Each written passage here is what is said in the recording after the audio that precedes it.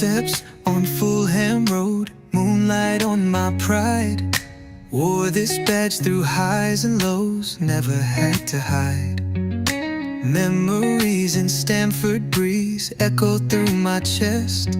Not every win is sweet, but I gave my all, no less. We sang through the rain, we danced through the pain. The pitch still remembers my name. Still blue through the silence and the roar. Still blue even when we don't score. I carry the soul of the shedding crew. You can't shake me, I'm still blue. Still here, still true. Woke up to the chance, paint cracked on my wall, but the pride in my heart never faded at all. Jersey frayed at the seams, but it still feels right. Been through darkest nights, still shining bright. We bled in the game, we rose with no shame. The bridge still whispers my name.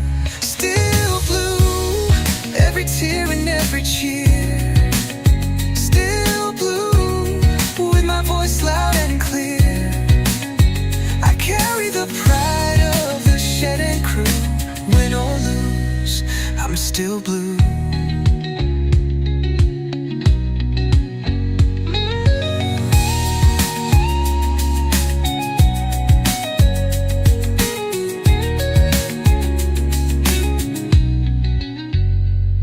From Drogba's fire to Reetz's run, we stood tall under every sun.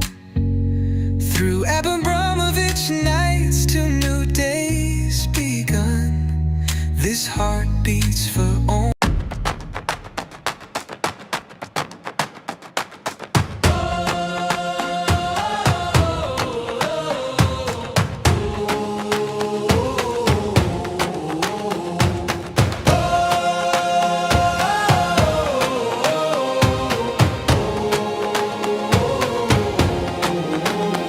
From the bridge to the stand, I carry that crest in my hand. Rain on my shoulders, still I stand. Tell me who wears it like we can. Mud on the boots, heart of gold. Those stories living in the cold. Every name that the walls still hold. I was born for this, I was told. Hear that roll in the air, feel that fire everywhere. We don't bend, we don't fold. We were cut from that blue gold. Blue till the end, blue till the end. We rise again, we rise again. Blue till the end, blue till the end. This is our name, this is our skin. When the pressure comes down hard, we don't flinch, we play our part. Every scar on the badge says more than 1,000 songs before. From the first whistle to the last, we remember where we came from fast. No throne, no crown, no borrowed fame, just a city calling out that name. Hear that roll in the air, feel that fire everywhere. We don't bend, we don't fold. We were cut from that blue gold. Blue till the end, blue till the end. We rise again, we rise again. Blue till the end, blue till the end. This is our name, this is our skin. Let the whole ground shake, let the whole world know. We don't chase a moment, we are the whole. Hands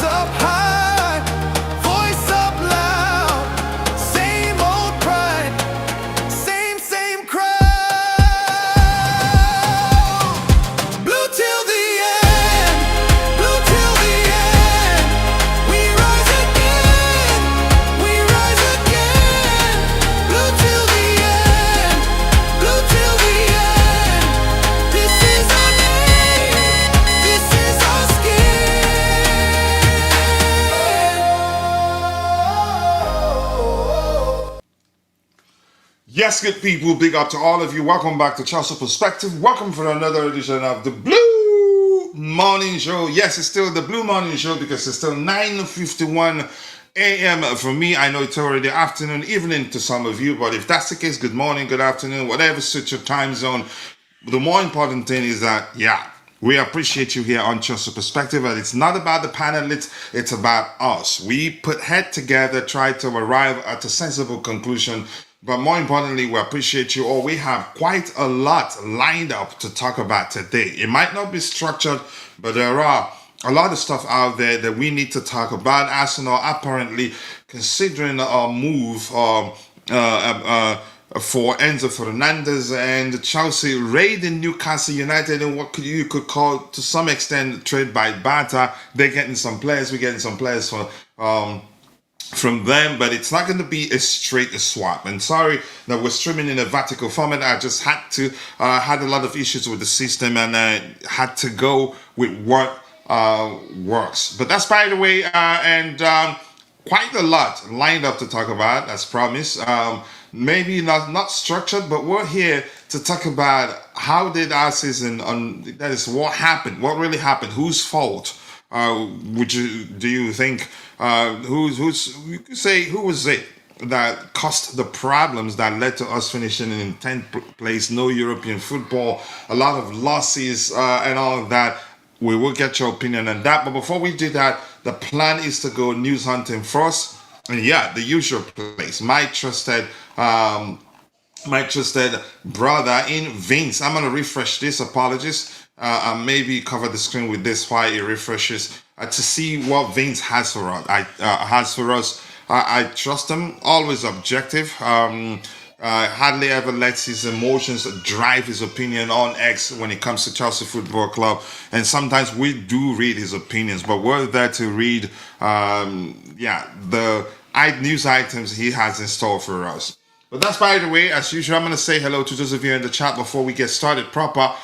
Give me a second here. Hopefully we'll get more panelists to join me so you can get diversified opinion. And Namaya says it's a board's fault. Okay. Don't blame Enzo Fernandez for wanting out JP and Cuckoo. They are all gone because of our owners. Who told you JP is gone? Are you just making shit up this time? All right, let's see. Big up to you to MBO5, my Basto 5, aka MBO5. Always nice to see you. He said, big up Coachila. If Chelsea sell Enzo Fernandez, I would go all out and sign Bruno Guimarães from Newcastle United. He would be a perfect replacement for Enzo Fernandez and has been twerking for a move to Real Madrid. Who is it? Who you say? Who has been twerking for a move to Real Madrid? I think there are other good options there. It will not be the end of the world. We lost Eden Hazard, and I think won the Champions League the following season or so. We lost, and we fired Jose Mourinho, the supposed best ever Chelsea manager, and he wasn't even able to get us to the Champions League final. On the three occasions we've been there, he wasn't. The other one, Avram Grant, the other one, Di Matteo, and the other one, Thomas Tuchel. And we won it on 2 out of the 3 occasions we made it to the final. And he wasn't part of any of those. Let's see what else we have here. Jackson would do well under Alonso. He can play as left 10 in the 3-4-2-1 structure or formation, with JP as a striker, or both for them can swap with each other in some games with Nicolas Jackson and all of them. Good one there. Let's see, what else do we have here? I don't want Tonali. He hasn't had a good season. You can't judge a player based just you can say by a single season. Is he a good player? He is. He hasn't had a good season with Newcastle United. He had an average season. That's just my opinion anyway. It's important to mention that that's just your opinion, but I don't think it makes sense either to judge a player by a good player as Tonali is by just a single season. Okay, Chelsea have spent 150 million on the flop. Gittins and Garnacho, three of them combined scored 2 league goals. Except Gittins, I would have rather kept Jackson, Sancho, Madueke, KDH. The three players you mentioned all wanted to leave. All didn't want competition and wanted to leave. And I think it was easy to let them go because yeah, we again we have to move on from them. But that's by the way. Let's see what else do we have here. The owners cost us to finish 10th by letting Maresca leave and replacing him with inexperienced head coach in Leon Brazinho. I would have let Maresca go too. If anything, the only thing I might have done differently would have been to try to convince him to at least finish the season with us, knowing fully well that him leaving mid-season, given the fact he'd already won 2 trophies with the players we have, that leaving could cause an issue in the dressing room, which you could say happened. The players pretended they moved on from him, but eventually we did find out, yeah, they didn't really move on from him. Some of them actually want to join him at Man City right now. Let's see what else we have here. Keep dropping the likes on the stream, people. The likes do go a long way. I appreciate you finding the time to join the show this particular morning for me. And if you haven't, please take a second, drop a like on the video, and also do subscribe to the channel if you haven't. Let me try and share the link again. Vince's stuff isn't opening here. Let me see what I can do. All right, I'm gonna remove this so you're not seeing the blank screen and all that. But more likes, people, more likes. Keep dropping the likes on the stream, people. The likes do go a long way. We have 7 likes, but I sincerely do believe we can do a lot better than 7 likes. I struggled quite a lot with the system this morning. Had to go with the vertical format, which was easy to fix.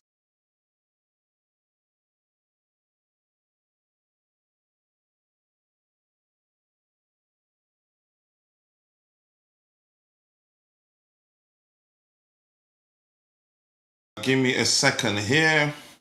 It's gonna be a difficult one today. Yeah, because my daughter is awake, but let's see what happens. How that works. I'm still trying to share the link here.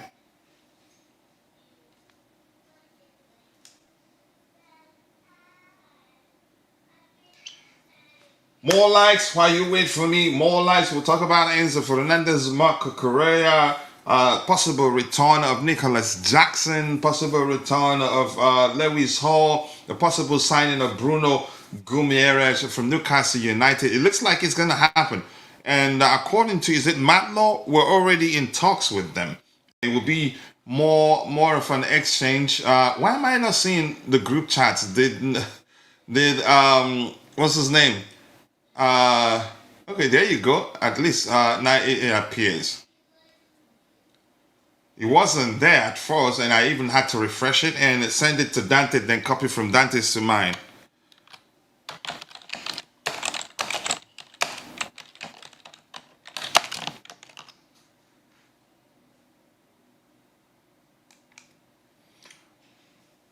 All right, keep dropping the likes on the stream, people. The likes do go a long way. I've shared it now. Is it working? Let me see. Once again, let me see. Did it work? I think it worked. Yeah, I did share it once again. Let me make sure I'm sharing the correct link.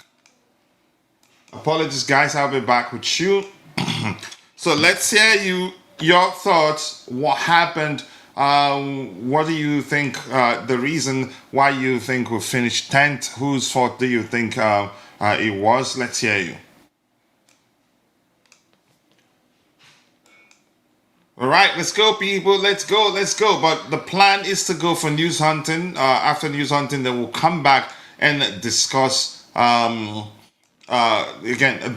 review the 25-26 season. Sorry, I can't speak. I apologize. Let's see. First item here. Anything about Chelsea? Okay. Brentford have submitted an offer worth 45 million. That's 40 million fixed plus 5 million add-ons for FC Köln for Chelsea target Said El Mala. That's according to Platigo. Said El Mala. Okay. I've heard we were interested in interested in signing him. How serious? I honestly do not know. I want Tiki Taka at Chelsea, former Man City sporting director.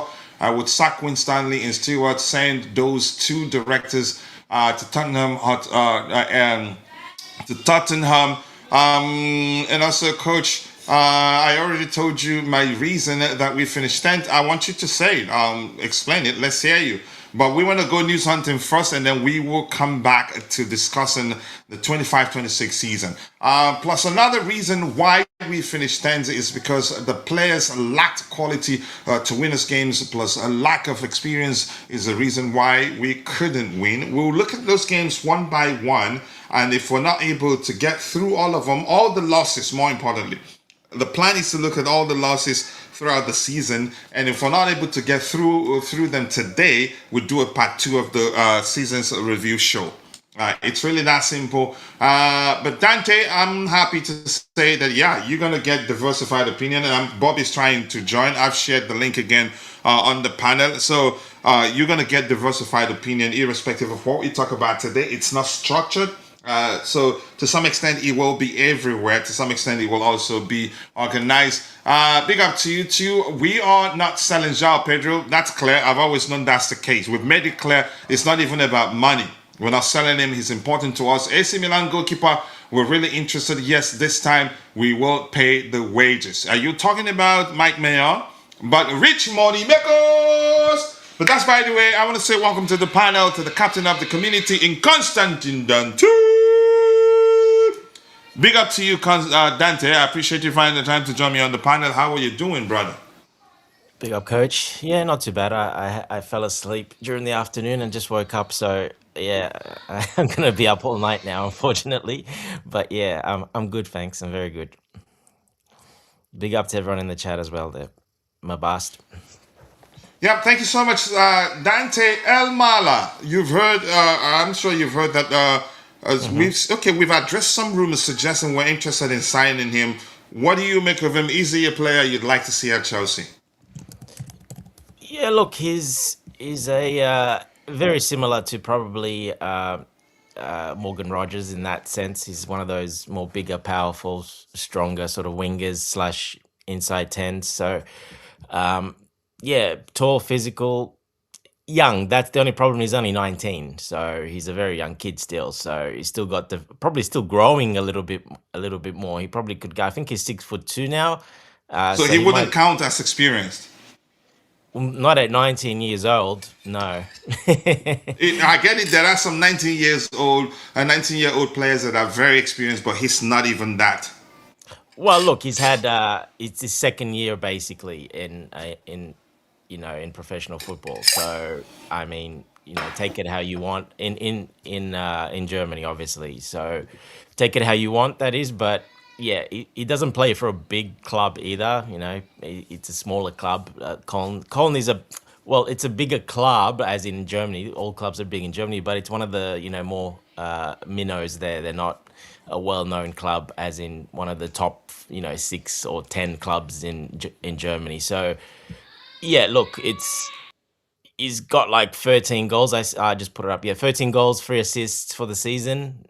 Now in Germany, 19-year-old, they're good numbers, but yeah, look, I don't know. I think he would be someone you're looking at probably if we were looking 2 years ago, 3 years ago, maybe. But now I don't know, unless it's already have someone in mind, and then another one on top of that.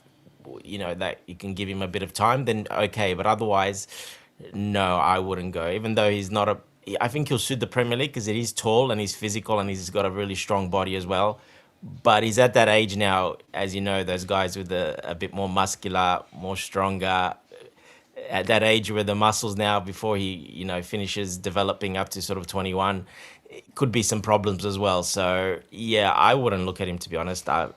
He's a good player, but no, not what we need right now.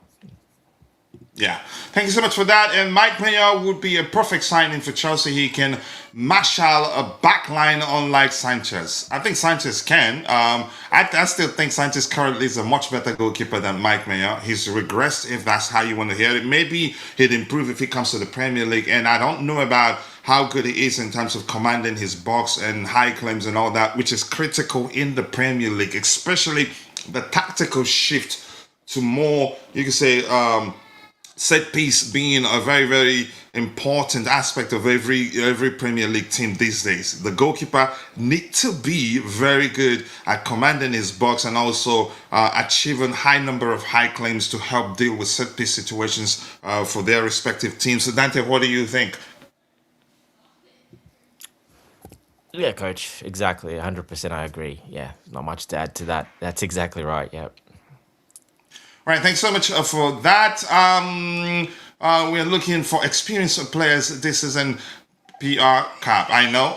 Again, you don't need to explain to me. I've always believed that that would be the case, except if I believe that, yeah, they don't really want to win or they're too stupid to learn from the mistakes. You could say to know that, yeah, we do need to add experienced players to start winning, to fix the issues we're having, the lack of consistency we've seen from the young players, crop of players we have. And lack of consistency, once again, is something that's commonplace with a young squad.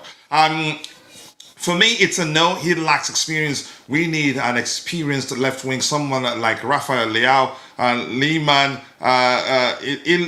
Lehman Njaye. Let me just go with Njaye. Leao, I don't think would do well under Xabi Alonso. He's such a lazy player, and we've had Nkunku, whom a lot of Chelsea fans complained at the time doesn't track back effectively, doesn't know how to press effectively. If you think Nkunku was a lazy player at Chelsea, Leao for me, premium lazy player. Dante, if you want to add to that, up to you. Otherwise, I'll move on. Yeah, he is, unfortunately. Look, he's a good finisher. That A he's good got player, no really good denying player, that. but suits more Italy or Spain. Yeah, I don't think he will do very well in the Premier League at all. He will not. He will struggle. And why do you think a lot of Premier League teams aren't that interested in signing him? Well, that's your reason why they Yeah. know that's the case. It's in modern football now. You can't do that for one player, and he's not that special. Where you can do, he's an Eden Hazard. Yeah, where you can say, okay, you know what we can do with this. You can say his magical skill set, and say find a way to mask that deficiency of his and still have him help us win games.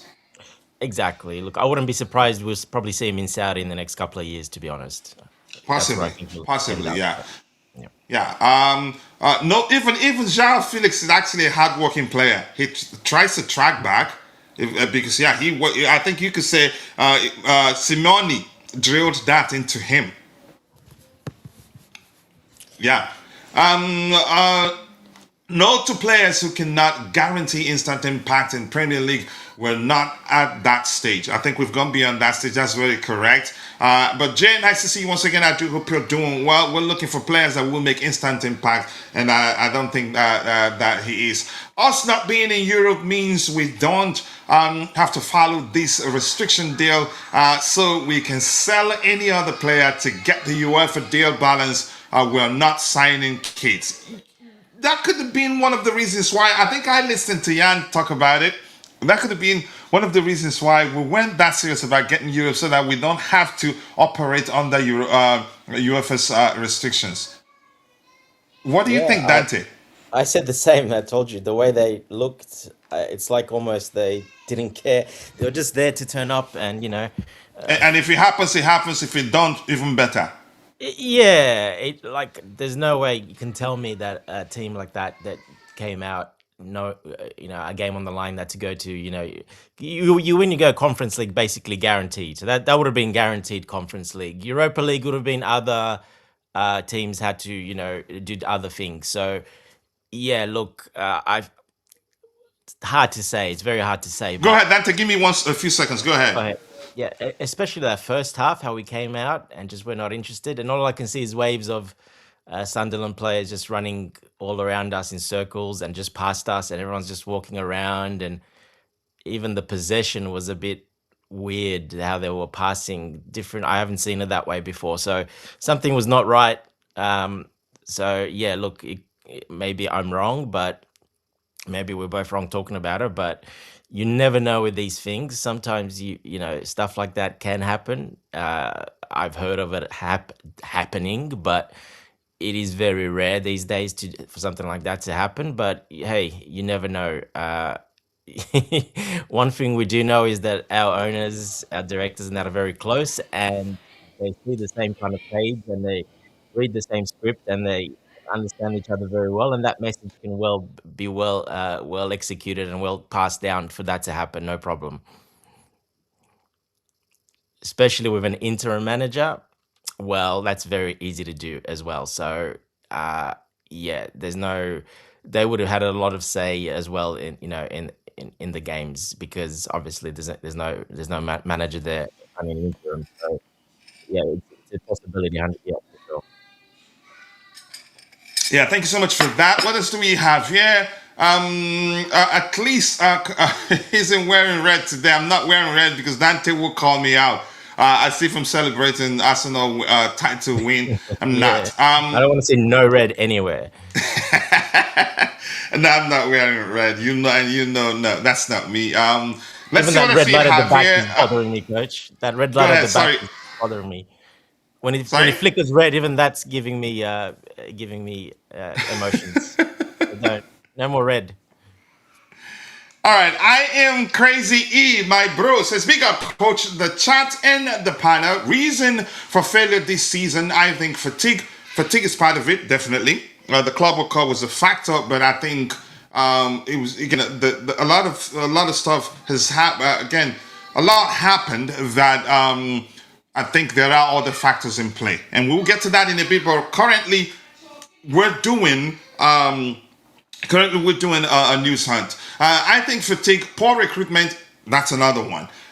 Board failing to foresee and plan for Maresca's walking away, Rosinia and players down in twos. Players down in twos, yes. Not planning for Maresca walking away. They gave him a 6-year contract, probably didn't suspect he was always going to leave us for Manchester City. And I blame them. Even if he did speak to Man City on 2 occasions, I'd blame them for not at least convincing him to finish the season. And even if they planned on hiring Rosinia, even if they trust Rosinia that much, I think we would have been better off convincing him, okay, look, finish the season with us and then take our time to check whether Rosinia will be a good fit. I think had Rosinia come in after again at the end of the season, if we had him come in at the end of the season, do a preseason, I think he'd be better off. But more importantly, had Maresca finished the season with us, I think I'd swear we'd be better placed in the table. But they didn't even try to keep him. You could argue to some extent they were arrogant that that will probably have will have a manager with a better potential in Rosinia who came in. And for me, I don't want to get into the reasons why I think he failed. I think he's a good manager that hopefully he gets a chance to prove that to people that he's capable and maybe learn from his mistakes of not you can say when you come in mid-season it just doesn't make sense to implement your approach in a drastic manner. So but we'll get that in a bit. Currently we're still on news hunting. Then when we're done with that, we'll come to address the season proper. Bobby, thank you for joining us on the panel. I do hope you're doing well. Meyer is much better on the ball than Sanchez, and he is a decent shot stopper. Okay, that's a fact. Much better on the ball, a decent shot stopper, but Sanchez is a much better shot stopper and much better at commanding his box, much better at again high claims, which is a very critical skill set for a goalkeeper in the Premier League. Even what's his name, the Italian international in Donnarumma, he's still learning. He's still not pretty good at it as tall as he is. But Sanchez has mastered it, his experience, his Premier League experience, and he's actually been better than a lot of people give him credit for. But that's a small opinion anyway. But we'll get to the season's review proper. What else do we have? Yeah, anything else? Rafael Leao in 2026, yeah, it will be, and that is the worst mistake ever. And I don't think we're not interested in signing him. It's a luxury player. Exactly. That's more accurately put right there. Now, if you have him on the pitch, you'd be willing to, again, accept you're playing with a man down and find a way to mask that issue. Or maybe you could say to navigate that problem, that the fact that he's on the pitch, you're like what you're playing with a man down in terms of from, again, when you see things from a defensive perspective. Dante, what happens if Rafael Leao proves us wrong and scoring 15 goals on the left wing? That's not the point. The point is, I don't think Alonso would want him. I don't think Chelsea would actually want him, in all honesty. For me personally, I'd rather play Mudryk. Okay, well, we're going to go back to news hunting once again. Let's see what we have here, and then when we come back, we'll start the season's review. Big up there. AC Milan went from asking 100 million for him 2 years ago to 40 million in 2026. One of the biggest unfortunate declines of an upcoming star. I think these days, if you're not industrious, I think that'd be the wrong way to phrase it. If you don't aid defensively, if you don't aid your team from a defensive perspective or aid your team's defensive effort, I think you're probably going to find it difficult to find a big club to play for these days. Yeah. And the Blue Tiff again, big up to you for finding the time to join the conversation. I do hope you're doing well. What does coach even have anything? No, I wore a red, but it was more like a maroon, not a red. Okay, Enzo Fernandez wants to play football with Maresca. Yeah, will it happen? I don't know, honestly. Let's see what else we have here. Anything else? I'm going to scroll to the very bottom and then I'll try to get your subsequent contributions. Any other news item here worth discussing? Let's see. Arsenal ready to rival Chelsea and Manchester United for Morgan Rogers. I'd say take him.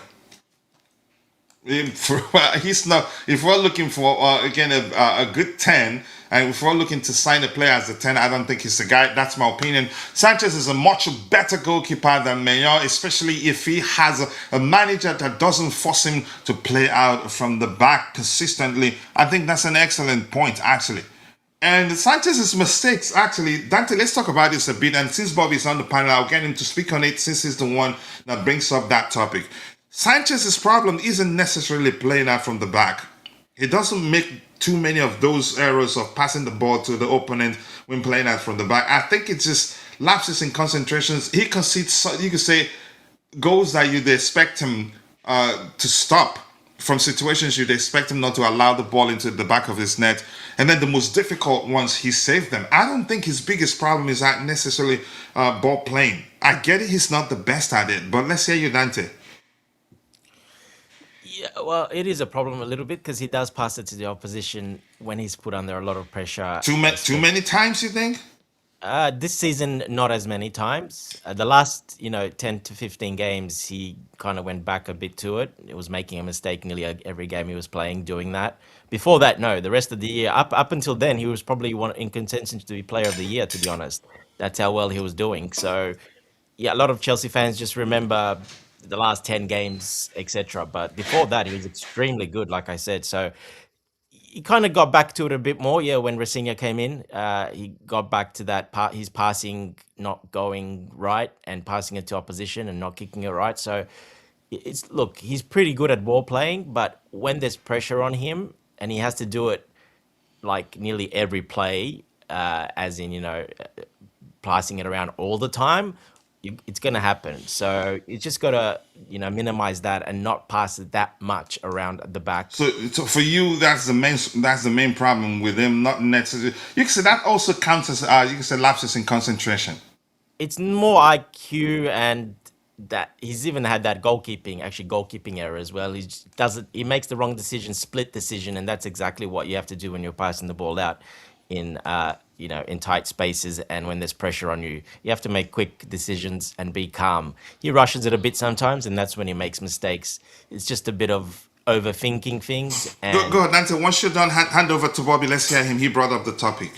Sure, yeah. Look, it's basically overthinking it, and there's pressure coming as well. and unfortunately, it doesn't go from down to the brain down to the feet, at the same time. And yeah, he makes a mistake. So it's just a bit of situational awareness, I can call it. He has to be a little bit more aware on those situations, and we've seen him do that. Like I said, the last 15 games, he kind of got back to it. Before that, it was actually, I think he did it once only. Before that, the rest of the whole season. So yeah, he was way better at it this season, definitely. Bobby, what do you think? Right, You there, thanks so Bobby? much for that, Dante. Bobby, let's say you. Yeah, Yeah, okay. Well, and welcome to the panel once again. I do hope you're doing well. yeah, big up, guys. Big up, guys. Look, we've Hi, got Bobby. 31 degrees here, so we're all melting. So 31 degrees I and you're can't. melting. Whoosh. In Australia, Yeah, that's normal. no, it's too much for us here. We're not made for it. The houses aren't made for it, so Exactly. Yeah. we're Yep. suffering. But that aside, I can't just talk about Sanchez. Yes, I believe Bobby, Sanchez we'll is a get to what better I know. I know you're loaded. We'll get to that. 100. That's the main point. Yeah. Um, Let's stick with I Sanchez now. We'll get know, to Sanchez now, that. Bobby. I Yeah. know, Sanchez, right now we're stuck with him. He's not a bad goalkeeper if you don't force him to play out from the back. And if at certain points in the season you have a good backup, because he always has those blips in the season where he loses concentration, does silly things, and you have to bench him for a while. But benching him and then bringing on somebody like uh, Jorgensen, who is equally as clumsy, doesn't really move the needle for me. But the real issue, the real issue we've got here, sometimes when you have a sickness, the sickness gives various symptoms. And the symptoms, yeah, they speed up and accelerate your death, but the root cause of the problem still lies in the disease. And what we have at Chelsea is a root cause element to this problem coming in from the ownership and the sporting directors. The sporting directors and the ownership You couldn't agreeing help upon yourself, a. coach. Bobby couldn't help yourself. No, it's so important. I gotta get it out there. I gotta get it out. Sorry, guys, but Just go ahead, Bobby. Go ahead. Get it Knock all out, yourself Bobby. out. Put it all out there. them them agreeing upon a project that they lost sight of. I didn't see much wrong with the project, but you see, if you're going to use youth, you have to accept you get to a point where the youth develop, and the development must extrapolate into success. This is what football is about. Football is not about the marketing. Football is all about success. And if you come into football with any other thing in mind, you will fail 100%. Now, what I hate about what's happening right now at Chelsea with the sporting directors is the total lack of accountability. Yes, Maresca is a snake. I really do believe that. He, at some point, made sure he created problems before he left. He's just that type of guy. But the truth of the matter is that you employed him. You employed this geezer ahead of.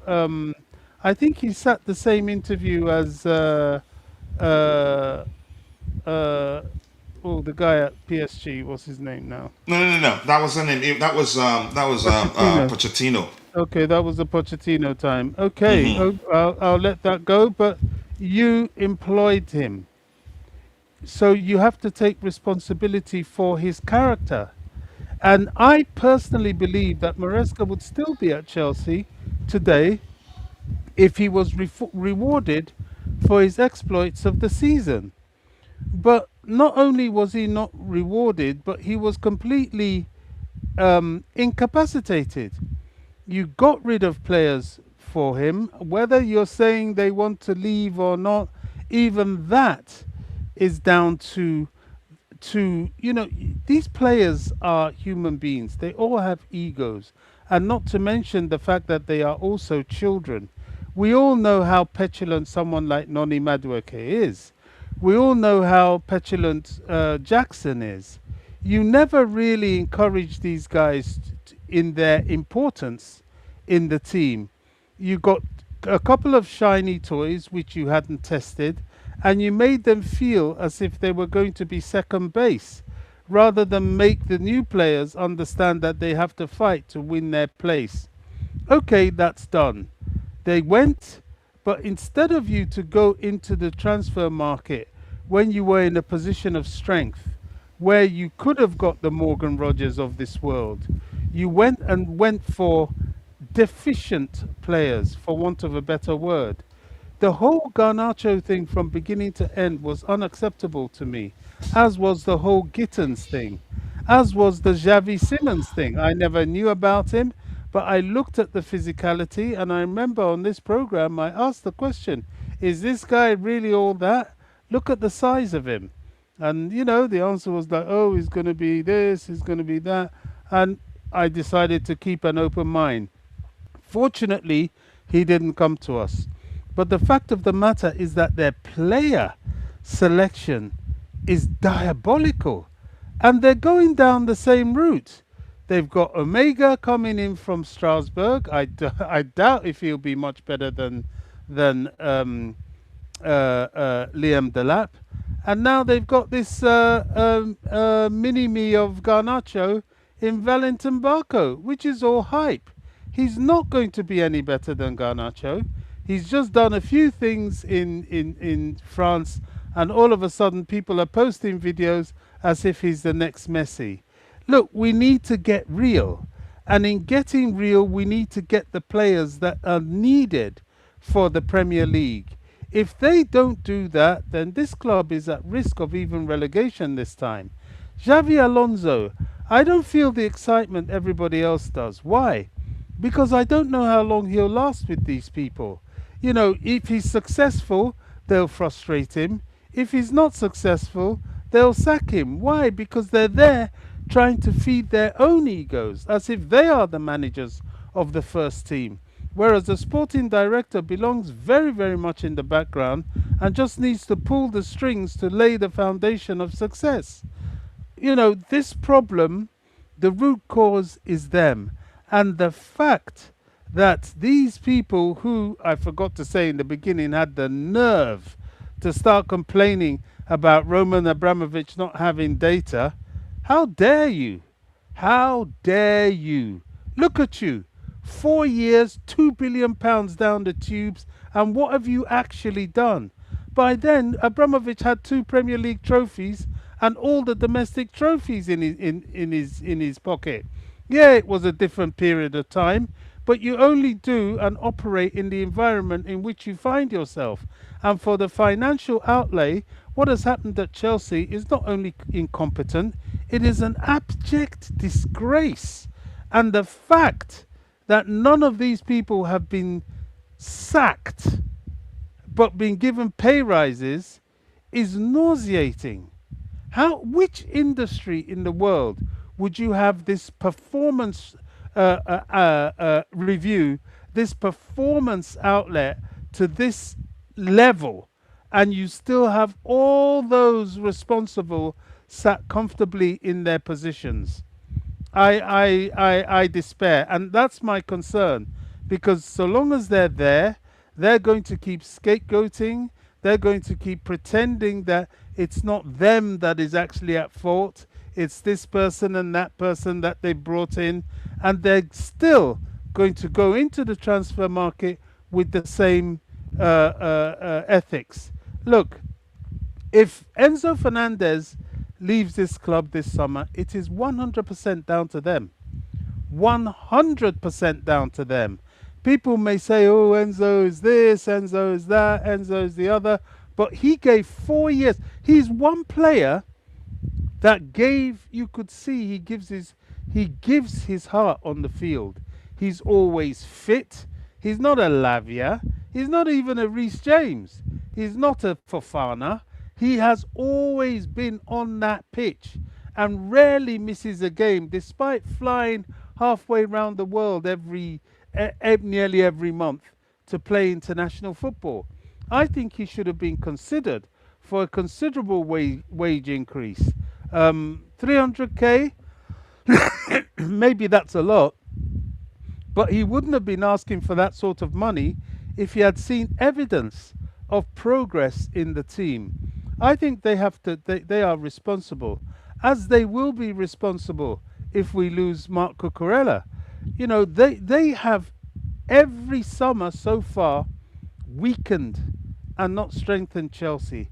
And if they don't address something we've been screaming from the rooftops, every other team knows how to play Chelsea.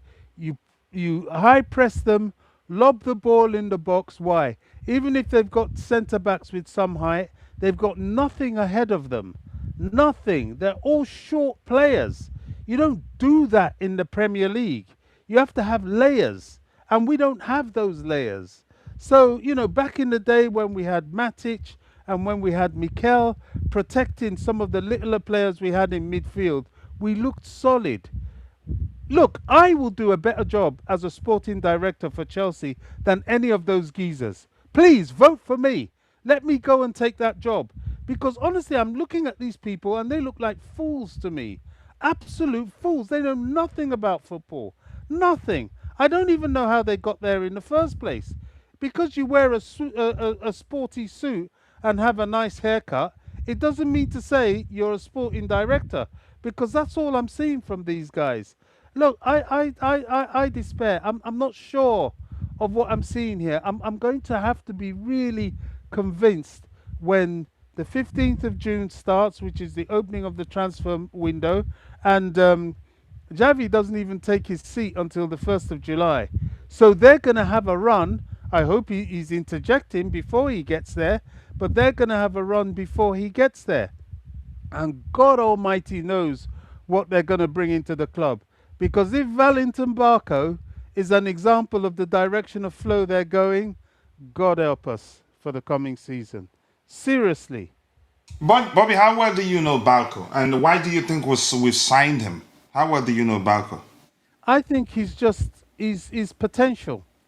We're No, Balco still isn't on potential the anymore. Forget his age. He's not potential anymore. Even when he was at Brighton, he was good. And he's become 10 times the player he was at Brighton. I don't think you know him well, very well. you know This is me. not I'm this is not the sort of player that I'm always saying. ready. Listen, when we signed Garnacho, we knew I never said he was a bad player because he isn't a bad player. The only thing I said we talked about at the time was probably an opportunistic signing that if it doesn't work out, we'd sell him. I don't think you know Barco very well. The same My complaint, concern you can say here. this is similar to what you said about what this is not a fight. That's how we operate here, and I'm sure you're used to it. This is the same thing you said about Hato because you didn't know him. Well, no, I spoke of Hato Exactly, based and on I what I think know, probably because based on what I saw. your legit concern about lack of height, lack of physical Oh, players in the squad, which is definitely. truth, and I agree with that. Probably because already you know Baco isn't tall. That is a turn off for you already. Totally. Ba- Balco is actually, let me say this, Balco is more technically gifted than Kukurea, and I think we're signing him for that position. For him, look, you just don't know the player. That's how I see it, but I understand your concerns. Probably you're not able to look beyond the fact that Balco is short. But go Let, ahead, let me let me Bobby. tell you something, Coach. If it was an Arsenal, for example, or a Liverpool, and you bring a player like that in, I wouldn't bat an eyelid because there's so many tall guys. There's so much physicality there that you can afford one or two little people. But in a team, especially a midfield, they're all short. They're good, but they're all short. One of them, who sadly I have to say he has to go. I don't even know who pay for him anymore, because if in 3 years you cannot give 90 minutes to Chelsea, you're not a footballer. No, seriously. So, You're Lavia, talking about Lavia? yeah, he's not a footballer. Go You ahead, Bobby. can't give 90 minutes. Even toward the end of the season, he was injured. Fofana, the same thing. I've had enough. You've been away most of the time. You've been at Chelsea. You've not been here. You come on the pitch and all you offer is red cards. Really, clumsy tackles, misplaced passes. I'm sick of seeing that sort of thing. I like him when he's fit, but how often will that be? So, my concern with Barco is you're going down the same route.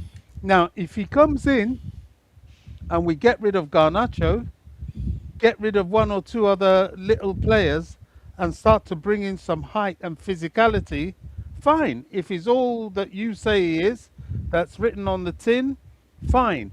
But if we're going to stick with those same players of that level of physicality, it will be an absolute disaster. Where do you learn? Yes, the spirit wasn't there against Sunderland, but you saw the same formula: physicality, height, everything outdid us against Sunderland. Everybody knows how to play Chelsea. Just pressure them, put some big balls, crosses into the middle, and they're not going to get there. Your guys are going to head balls past them. When you look at the O'Reilly kid at Man City, how he was heading balls past Chelsea, he even scored a headed goal. Why? Height, height, and he's a kid.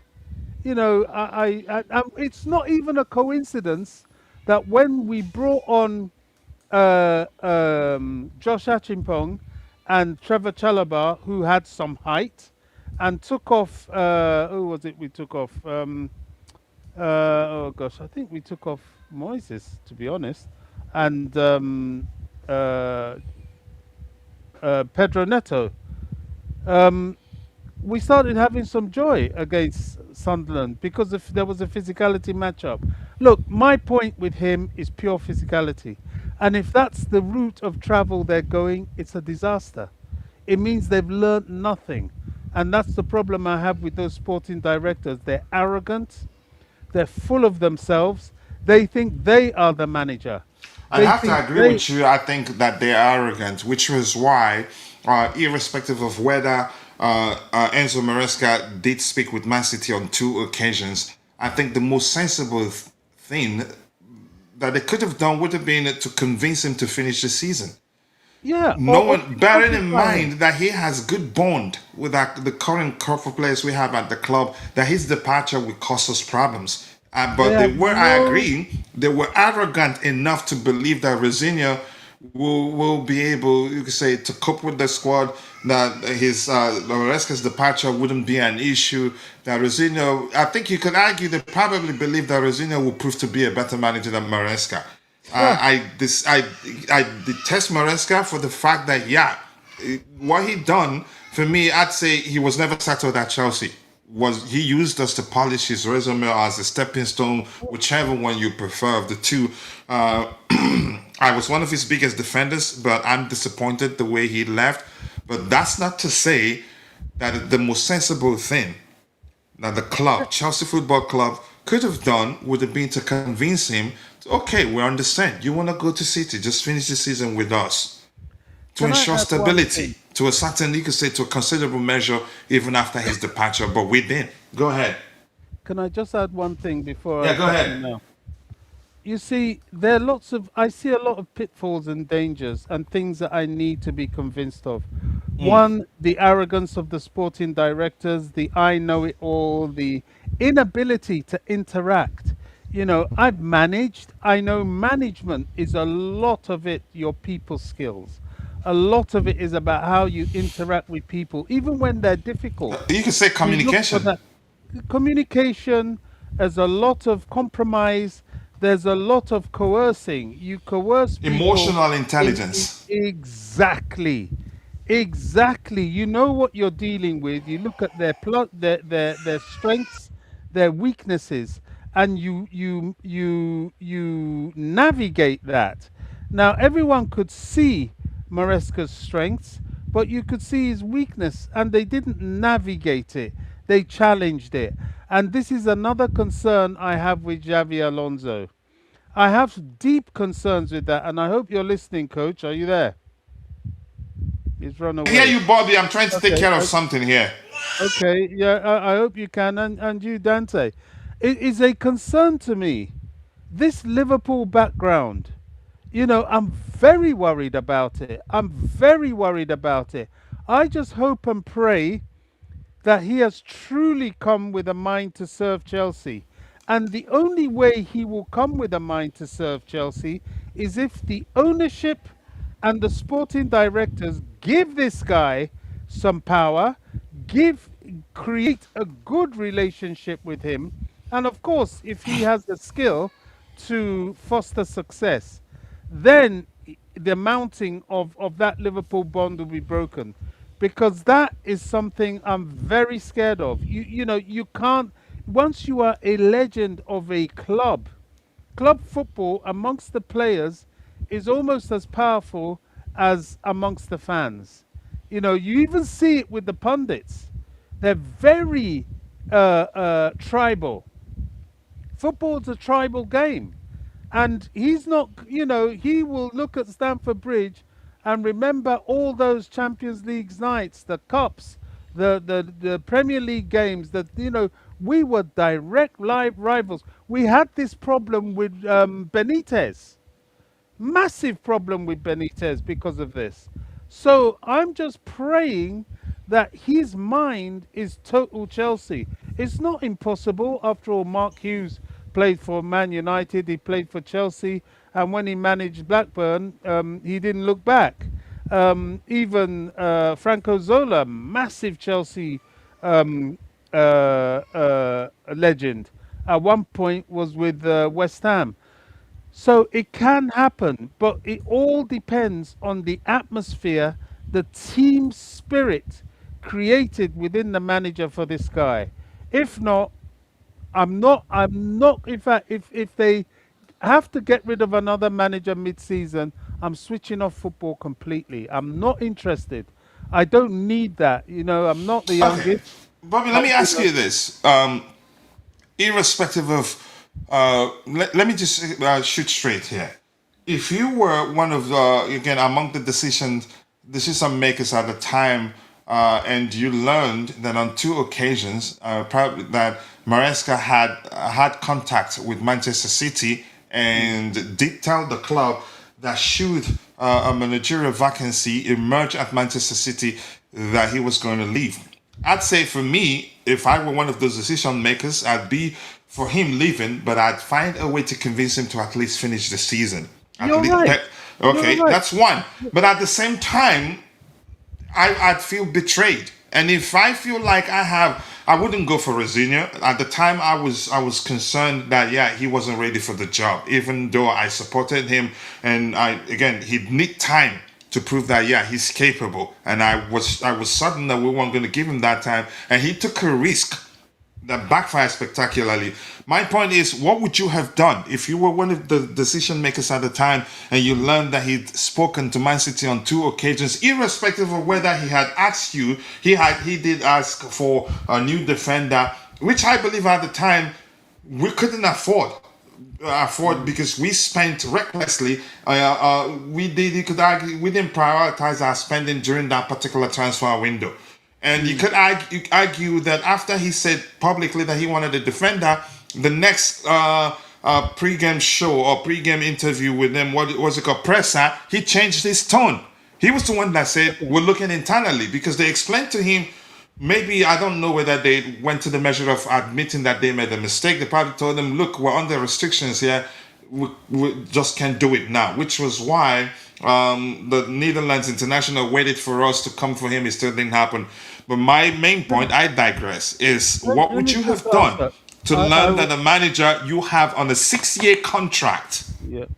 I will answer that, because this Go last ahead. thing you said is very much a key part of the answer.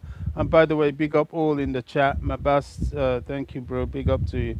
Look, um, first thing I would say is, how did I miss it at interview to the point where you've given this guy a 6-year contract? How did I miss this character? this characteristic.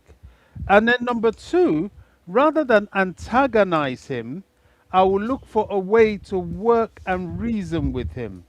Just come up to the guy, say, hey, look, we're halfway through a season. You've brought us Just this finish the far. season for us. Yeah, you're not going to start with Man City until the end of the season anyway. Take us to glory. Leave on a good note. Leave us feeling sad at your loss, not angered by your departure. What can we do to support you at this point? Yes, we missed a defender. Can we do this? Can we do that? The appointment of Riam Rosinia should never have happened.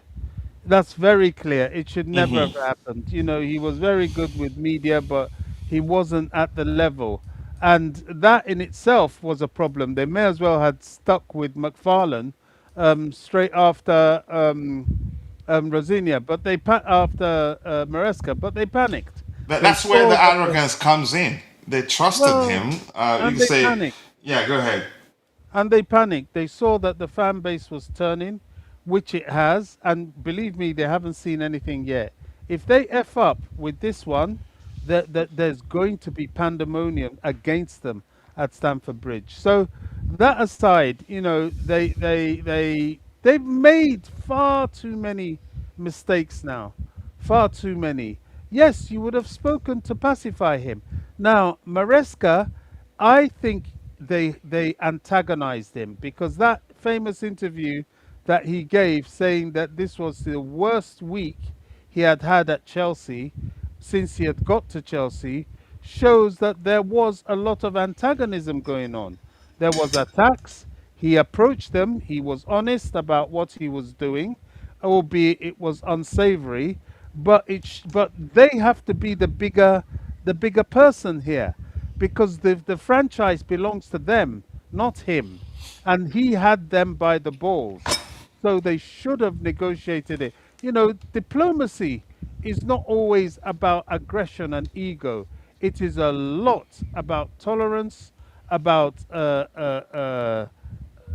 you know negotiating, and about dealing with situations in a level way. I mean, usually, again, a great leader always aims to, you could say, de-escalate and not escalate. Exactly. Even Exactly. when you feel, even when you're right, the Yeah, worst thing to exactly. do is to It's to let your antagonize the situation. emotions Yeah. or the fact that you know what, he's wronged me by, even after putting him on a 6-year contract, he still had the gut to go speak to Man City. You should prioritize. You could say you should bear him. You should prioritize. You could say de-escalating the situation and get out of it safely. Had we With done all that, I'm going to pride. say this: had we been able to convince Maresca to finish the season with us, we'd be better placed in the table. But they We'll be didn't in the Champions see, League. yeah, exactly. They didn't see it from that perspective. They were too sure that probably Rosinia was going to prove that, yeah, he's a better manager than Enzo Maresca. That's the aspect that I blame them. Even though I'd still say, yeah, I would have been all for Maresca leaving, but I would have at least found a way to convince him finish the season with us, because he'd already won 2 trophies with the players. He had good bond with them. Yeah. But go ahead, Bobby. I apologize for cutting you off. No, you're right. They were too proud. They went into a standoff with somebody who had all the cards. Why are you going into a standoff with someone that has a gun and you have nothing? He was in charge of the team. You see, and another arrogance that they have is they completely underestimate the power of the first team manager. All this head coach talk, looking for weak developing people to manage a Premier League team, it do, it does not work. You have to look for the best and work with them, vet their character, get them on board with the project, get their inputs into the project. That is the only way. That is success. That is what Enrique is doing at PSG. That is what Ateta has been allowed to do at Arsenal. That is what Guardiola has done at Man City. Guardiola didn't have it all correct when he first came. His first year was a disaster by his standards. But we are coming in and having these three mushrooms in the boardroom attacking the head coach, who has the balls of the entire club. All right. The Chelsea Football Club first team is the vein of Chelsea. There's nothing else they're doing that matters if they don't get that right. All right, I'm gonna be looking for only aligned comments, and I will bring in the captain of the community to hear his thoughts. I think Bobby did speak some facts. He was loaded. I knew he's been. I'm not sure how else to phrase it. I wanted to use an analogy, but I like to keep it clean because I want to go to heaven. Okay, so but Dante, I think Bobby, a lot of facts. And as I've said, I agree with him on the. You could say arrogance may have been part of the reasons why we failed. In my opinion, I'd say, I said this 1,000 times, we didn't prioritize our spending last summer. We weren't strategic about it. Probably thought would be able to get away with still signing Xavi Simons and then still sign a defender, but you don't blame. There's no a single individual here to say was definitely responsible for everything. I think the blame has to be shared. The directors, which I've learned of late, were sometimes blaming the wrong people for what they weren't part of actually. And also, you can say the fact that we didn't even try to convince him. Okay, you want to go? That's fine by us. Finish the season with us. Maybe they were setting the trap of getting some financial settlement from Manchester City, which was why they antagonized him, as Bobby did phrase it, to get him to angrily walk because they knew before time that he's hot-headed.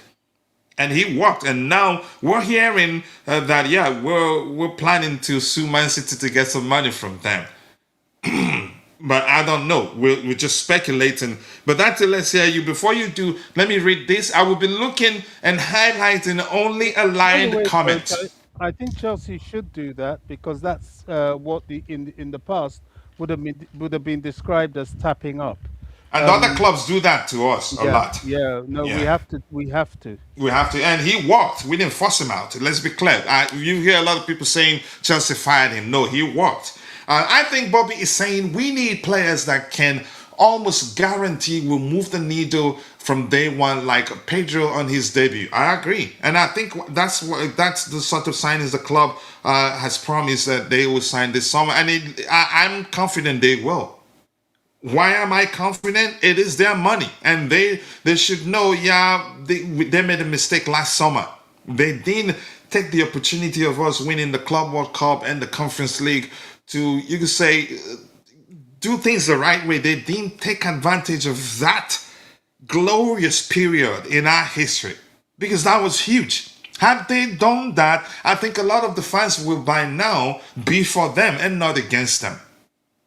But they weren't strategic enough. And in all honesty, one thing I'd always give them, the intent is there.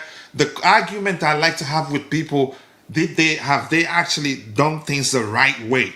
But to hear people say they don't want to win, I think that's absolute horse dung. But Dante, let's hear you. Yes, well, that's a lot to unpack, but that was 20 Bobby minutes. came with it. Um, there's not much to say, to be honest, because I'll just go on forever. It's all speculation, obviously, what Bobby's saying and you're saying and what I'm saying. We don't know what happened, and We don't know. We don't work for the club. we don't know what that case is. So there's no absolutes here at all. It's just speculation. So yeah, look, I know people don't like the sporting directors. People saying that I defend the sporting directors, etc. But we don't know what happened in there. Everything happened for a reason. We don't know what happened. There's a lot of contractual stuff. It's very hard to comment on who's right, who's wrong, who did what if they tried to. We don't know. They probably did try to keep him to the end of the season, and we don't know if they did or not. So that's what I mean. We can't say absolute that they didn't try to keep him to the end of the season. How incompetent are they? Well, we And don't you know think that. had that happened that we'd know by now? Of course, we'd know. Yeah. But I'm just asking. You think that had that been the case, had they tried to convince him to finish the season with us, that would know by now? Well, again, that's we don't know. It's hard to say. The problem here is the contract, how what he signed in the first place.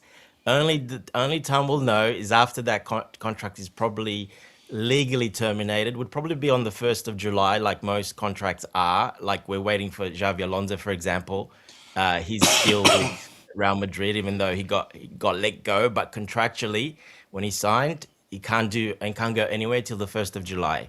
So Maresca can't say nothing. No one can talk anything. If he does, they're in big trouble. So we just won't know till probably after he joins. Then he'll be able to maybe comment on some things, but till then we just won't know. So it's like I said, it's all speculation. It's hard to go in. There's no absolute, and there's no defending the sporting directors.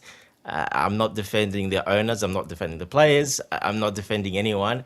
But we don't know what happened exactly. Until we do know that, well, we just have to, just have to wait. There's nothing more. We can comment on it and have a bit of an opinion, but that's about it.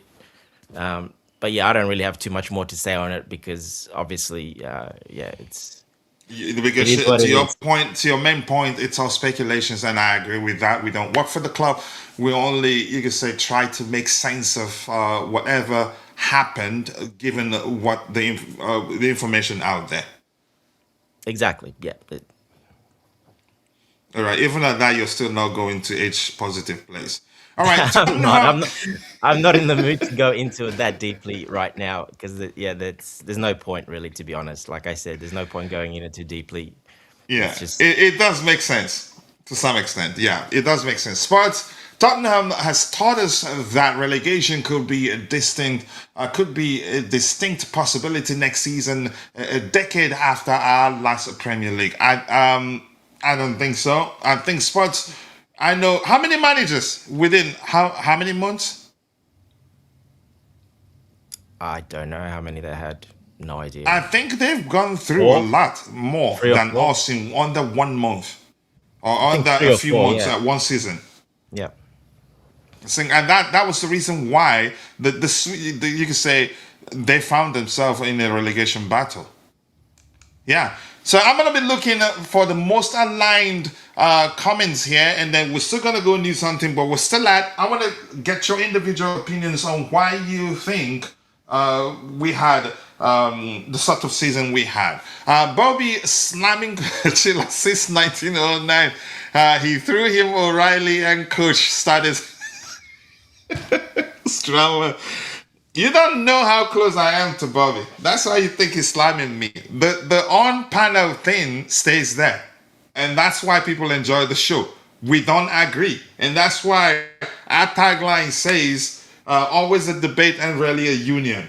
So I like it that when we disagree, but we agree most of the times. I like it when I disagree, even more when I disagree with Dante, because people think I always agree with him. But just go back to work. I wish I could use the laugh emoji, but because we're streaming in a vertical format, it's a difficult one to pull off. We need all the players. Let me say this again. Age doesn't equate experience. I know we're all guilty of, you could say, using both interchangeably. That's wrong. But it only makes sense that older players are more experienced. But there are instances where you need to pay attention to how you use it contextually, because a player who's 20, who's played a lot of Premier League games, will be more experienced in the Premier League than a player who is, you say, 25, 26, who hasn't played in the Premier League before. Even overall as football, again, you sometimes you go by how long has the other player played at the highest level. The other one just got promoted from Championship or European experience. But I get it. It's common sense that in most cases older players tend to have done something, you could say, to have done something more than younger players, because they've lived a lot longer in the world, if that makes sense. But I get the point. Let's see. Fully agree. hit the Estes and don't try to get me to read such thing again. I disagree. Arazinha is a light-skinned ground potter. He is a worse version of ABB. I think he has what it takes, but I don't want to get into it again.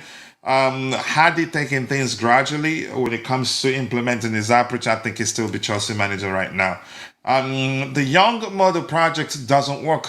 Look at the Chelsea women's team with this young model. I think you don't understand. Can you tell me why you could say we've had such an undesirable season like we did 25-26? Let's hear that, really. Anything else here? Keep dropping the likes on the stream, people. The likes do go a long way. The Chelsea women team have moved on 30-year-olds, and we couldn't challenge Man City. And you think that was the reason? Okay. Yellow card for leaving the field of play. I had to. My daughter and his siblings are alone, so I have to check up on her every now and then. They stress the life out of her, but she doesn't listen to. Enzo Maresca leaving Chelsea FC for Manchester City is basically Davido's fall, because the second Chelsea fan trusted him, their heads fell straight to the floor after that snake. Wow. But we've seen it. So, all right. Sorry. Apologies to all of you. I'm going to scroll past quite a lot of stuff to get to the very bottom. 86 plus something comments that I haven't read, and I'm not going to read them. I'm sorry. Recruitment will be determined by Xavi's success, plain and simple, and Xavi will have the final say with regards to players we sign and let go. So that's a good sign. Apologies once again. I'm scrolling to the very bottom. I just can't read everything you have there, and still have the plan to hire someone to be the producer who'd be highlighting only aligned comments. So I don't just read everything, even both non-aligned and aligned comments. And switching topics like this can be energy draining. But a lot of people don't know. As much as I like to interact with you, if the topics are not aligned, I find it difficult to do so. I apologize. Dante, let's hear you before we continue this hunt. And your thoughts. Why do you think we'll experience such, you could say, a horrible season like the 25-26 season? Let's hear your thoughts.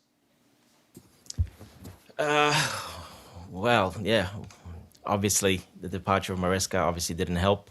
That was unexpected. And it was really hard to, at that time when he did leave, who are you going to get? There wasn't many options available. They went internally. They went for the pathway option. Rafinha was there. He said on the interview quite a lot. There was a pathway there for him just in case, and he's been with them for 18 months. So, he knows, what they want, etc. So I think he was just there, and they took the risk. Simple as that. Now he came in, and don't forget, first 10 games.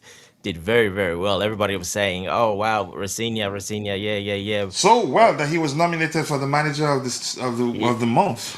Yeah, and everyone was saying, "Oh, thank God, Maresca's gone." Blah blah blah. Look, we got a better manager anyway. And as soon as things went south, they were like, "Oh, we can't believe we let Maresca go for this guy." So yeah, unfortunately, look, he just didn't get the players. I don't think it's that much the tactics. I think it's more down to the just winning the players over. For his message that he sent. Some people have it, some people don't. Sometimes it clicks, sometimes it don't. For him, unfortunately, it didn't click when things went wrong. So it is what it is. They did take a big risk, but I think there was no options. I think Maresca, like you say, he left us with a bit out of nowhere there with no option. Then we didn't expect him going. So you didn't put any homework. You didn't do. You're not looking for another manager. So. So we had to go for something that was available straight away. And basically it was him, Gary O'Neill, that went obviously there. And there was another manager, I can remember the other one that just got let go, another English manager. So there was no availability to get other managers in, more experienced managers in. And they just took the risk. They're like, all right, we'll just go for this. I know people are saying, oh, why give him I would go to the extent of saying they probably didn't look that far because they had confidence in Rafinha. Well, you can't Or look you far could, at or that maybe time. they weren't seriously looking because they had already made up their mind the next in line to become the manager. And we've been hearing that actually before it happened. We've been hearing that Rosinha will eventually become Chelsea's manager. That he could become, not that he will. Yeah, which led to me thinking, believing that yeah, probably it was always going to be him. So which meant they didn't look beyond him at the time.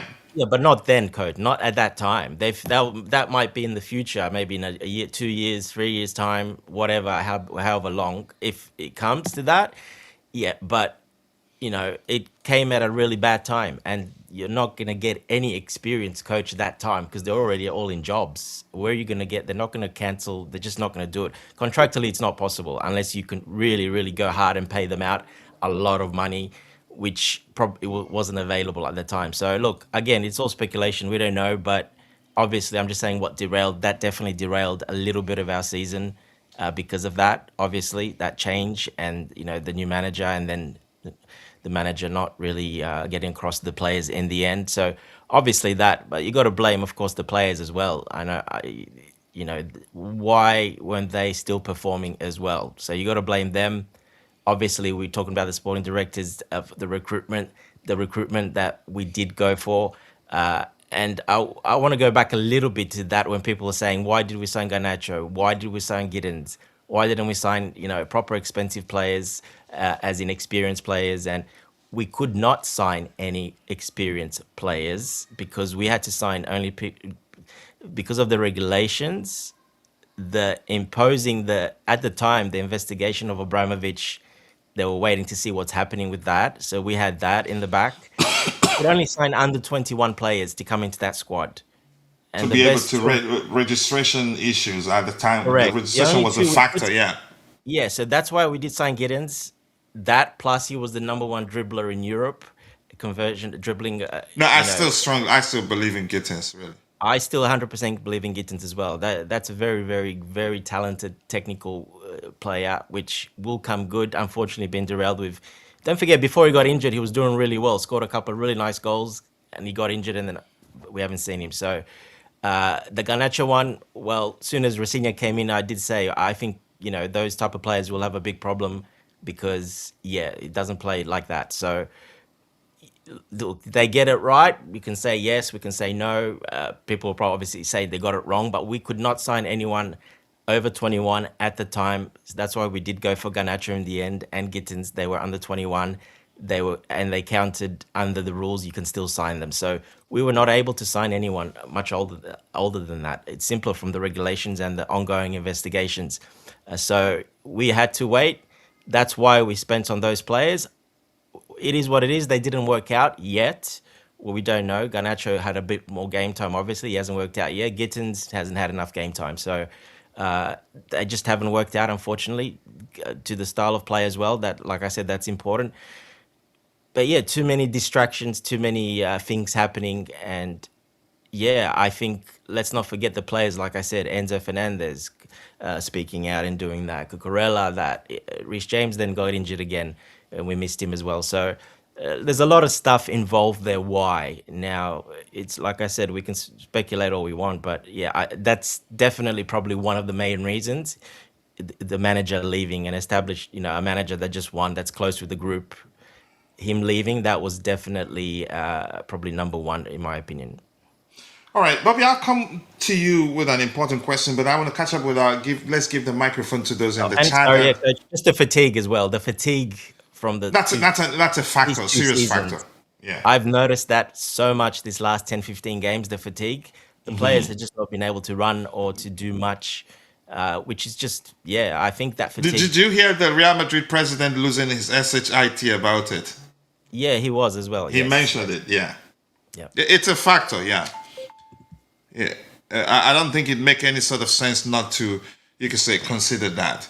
But give me a few seconds here. I'll come back with Bobby. He has. Let's see. These owners need to learn from their fellow American owners of Premier League clubs who let the best possible people run their clubs and don't meddle in, day out running of the club. Do they really meddle? I don't know.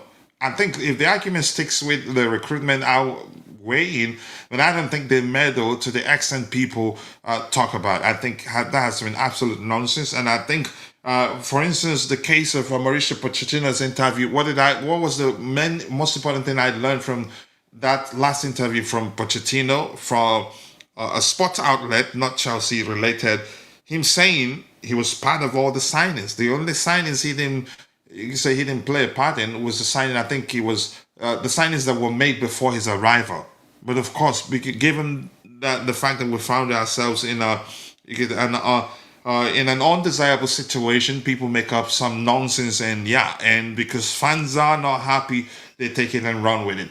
This season is like 2015, 2016. Another reason for us finishing 10th is because the players looked disinterested on the pitch. They didn't look like wanting to win any game. I think I agree with that. And that's that particular that view there drives my question. The next question I have for Bobby, and I'll get to that in a bit. Dante Rosino changing his approach ruined the players, plus his run tactics made us lose games. He was too drastic with it. I'd still swear that, had it not been for that drastic implementation of his approach, he'd still be here. And that's my opinion anyway.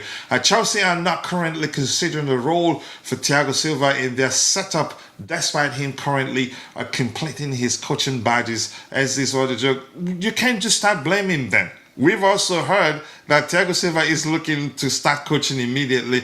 Something to that effect, I can't quite remember what was said. So you can't just read that and start blaming the SDs. This is the problem. People's minds are already made up, and they've already been made up, and they're just continuing it with it, to be honest. And that's just so everything definitely an issue. That is a poor way of thinking, in my opinion. You don't make your mind up and you go from the start, and that's it, and nothing will ever change, and this is all on them, and this is because of them. Again, you just make it, your mind's already made up, and you're just speaking rubbish, in my opinion. That's what people are doing here at the moment. So just, have a bit of an open mind and stop blaming every little thing. Everything is a conspiracy theory at the moment, and it's all because of the sporting directors. Come on, be a bit sensible. All right, I don't think we can look at it just this season. Remember, we're going into phase 5 of this project, and the players are sick of the poor working conditions. It's not the dressing room, it's the club. I'm not sure what to make of it, but I've read your opinion. I'm not sure how to respond. Let's see. The SDs don't like Genteri speaking against them. You're just making that up. And how did he speak against them? He spoke his mind. Did he mention them? No. No. There's a good example again. Yeah. His mind's already made up. So. Yeah, those regulations stupid, man. Okay, let's see. What else do we have here? Anything important here? Sorry, what's this made up reason for 60 million of Gittins? It's not a made up reason. Here's the thing. He was doing well compared to the minutes he played at the time. He didn't start well, but his numbers, suggest he was doing good. Assists and how many goals in total, I can't quite remember, but he wasn't as bad as a lot of people make it out to be. Does he need time? He does need time. He wasn't, you could say, ready-made, I would say, to some measure, but he's a talent that will eventually come good. Much better than Garnacho, I have to say. Garnacho just more Premier League experience. And Garnacho's case, I have to say, it's a matter of approach. The manager's approach. And Garnacho, more like Timo Werner, he needs space to be effective. And I'm not saying he's Ronaldo, but if you understand him, I think it'd be wrong to say he's a bad player. It's a matter of how we use him. That's because, and by the way, why didn't Maresca tell them he didn't want him? If he really didn't want him. And had he said that, I don't think we'd sign him. So it's important, if we're speculating, it's important to consider all possibilities. Because nobody will come out and say, you know what, he didn't want Garnacho and they signed him anyway, and that's a fact. No, I hate it when content creators do that, or when content creators, you can say, you see something to the effect of truth bomb, on their thumbnail. Do you work for the club? No, you don't work for the club. So shut the heck up and speak, present your opinion, and allow your followers to present counter opinion. But I digress anyway. My point here is that there's no way you tell me Maresca didn't okay the signing of Garnacho. He did, and we heard that he actually called them. If he didn't call him, let him let us know. If he said, no, I don't want Garnacho, I'd rather some other player, they wouldn't have signed him. So maybe probably because he was always going to leave Chelsea to join some other club. He didn't care who we signed. So he said, yeah, just sign him. Because he'd already made up his mind that eventually he'll find a way to leave. That just me speculating. I'm not saying that's a fact. I don't ever, when it's not anything statistical or numbers, I don't tell you that's a fact. I will always let you know, disclaimer, my opinion. So, but if you speculate, if you don't work for the club, you don't have any right to say a truth bomb or to say that's a fact. All right, let's see. Big up. I'm gonna say, okay. Dante, you know why I'm laughing, right?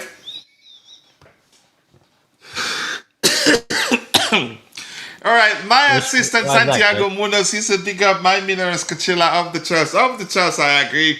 I appreciate you finding time to join the conversation. Okay. I do hope you're doing well. Now you get it, right? Yes. Okay, with Thiago Silva comes Bella Silva, and the board certainly don't want her calling them out on their BS. I think that's just your opinion. They would want him. We've already heard they would want him already. We've heard that already. So yours is speculating. Chances are the rumors that, yeah, they would want him to be part of the coaching staff could be absolute horse dung. So as your comment also could be absolute horse dung too. Yeah.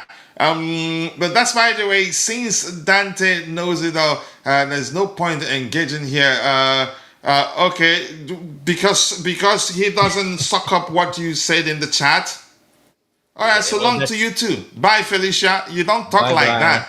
He is entitled to his opinion. You're entitled to yours. If you don't want to listen, then fuck off. Honestly, we don't operate like that here. All right, let's see what else we have here. Has entered the chat. Welcome, and fully disagree with Dante. And if we took, that's how you argue. That's how you debate. You don't come here and start saying nonsense so long. Who are you? Are you equal to 100 subscribers? Look at Rich Money Makers. He fights with Dante all the time, but we're still here exchanging, having a conversation. Did Dante tell you that definitely you should believe his? Rich Moneymaker says, fully disagree with Dante. If we took the deal with the shirt sponsor for 40 million a year and we could afford an experienced CB, sorry, Dante, you cannot see what's in front of you. That's it. I'm quite sure Dante will not take offense. No, if he wants to respond, he can respond. Dan can't telling us bye, Felicia, because Dante presented his opinion. Just F off. He says the owners still haven't found a proper front of shirt sponsor, but according to Alex Goldberg, I don't know whether to believe him. He said when on the verge of signing one a good deal. I don't know whether to believe that. We've heard that 1,000 times, but we have one currently, albeit on a temporary basis. Vic here says, do you need to work for the club to have an opinion? Who told you have to work for the club to have an opinion? We just mentioned you don't work for the club. All we can do is speculate. So why are you turning it like this? This guy he's so I like him, but yeah, he's crazy. As you can hear from me, from my tone, coach, I've completely checked out. Oh yeah, you checked out the moment we hired Maresca. You just had to support Chelsea. I'm here for the bands, as they say. I have to protect myself from this club. You have to, at least from a mental perspective. I don't care that I am breaking DPA. We had chance to get 40 million shirt sponsor deal.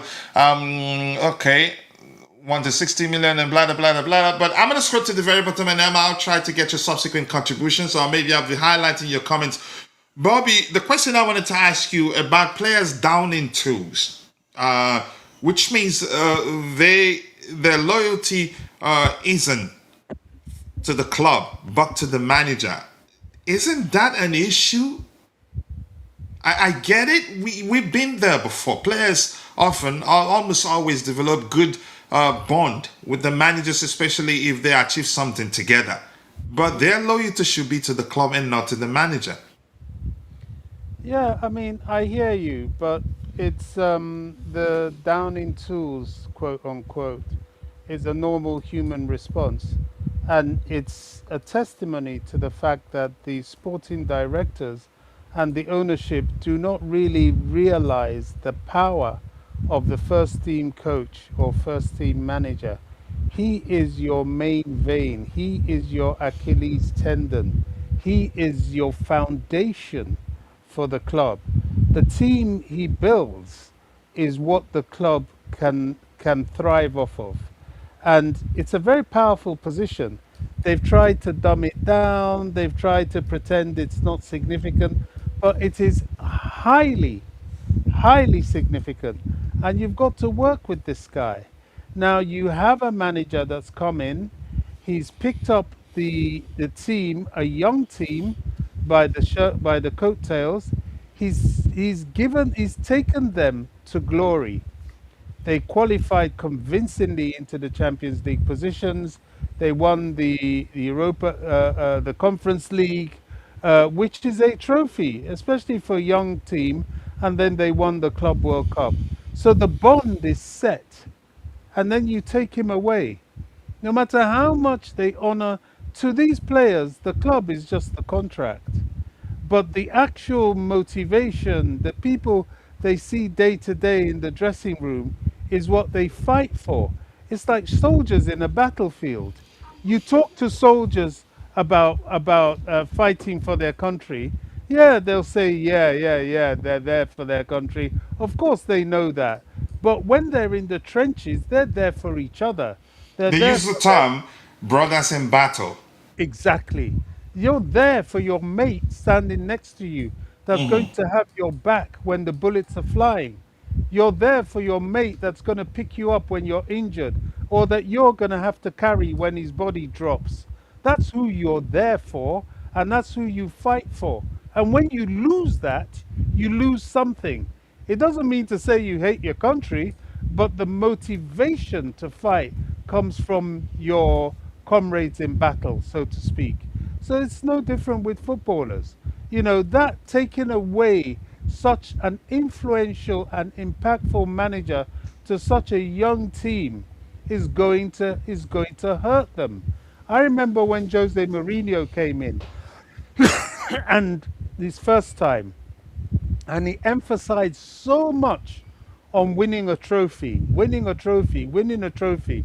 And when he won that Carabao Cup, it was a launch pad to winning other things. And that was where he had a mixed bag of young players, mature players, experience, and so on. So much so these ones. I think they've done fairly well considering their age, considering their level of maturity, and considering they lost their father. Because Maresca was like a father to them. Let's not underestimate this. He grew those boys.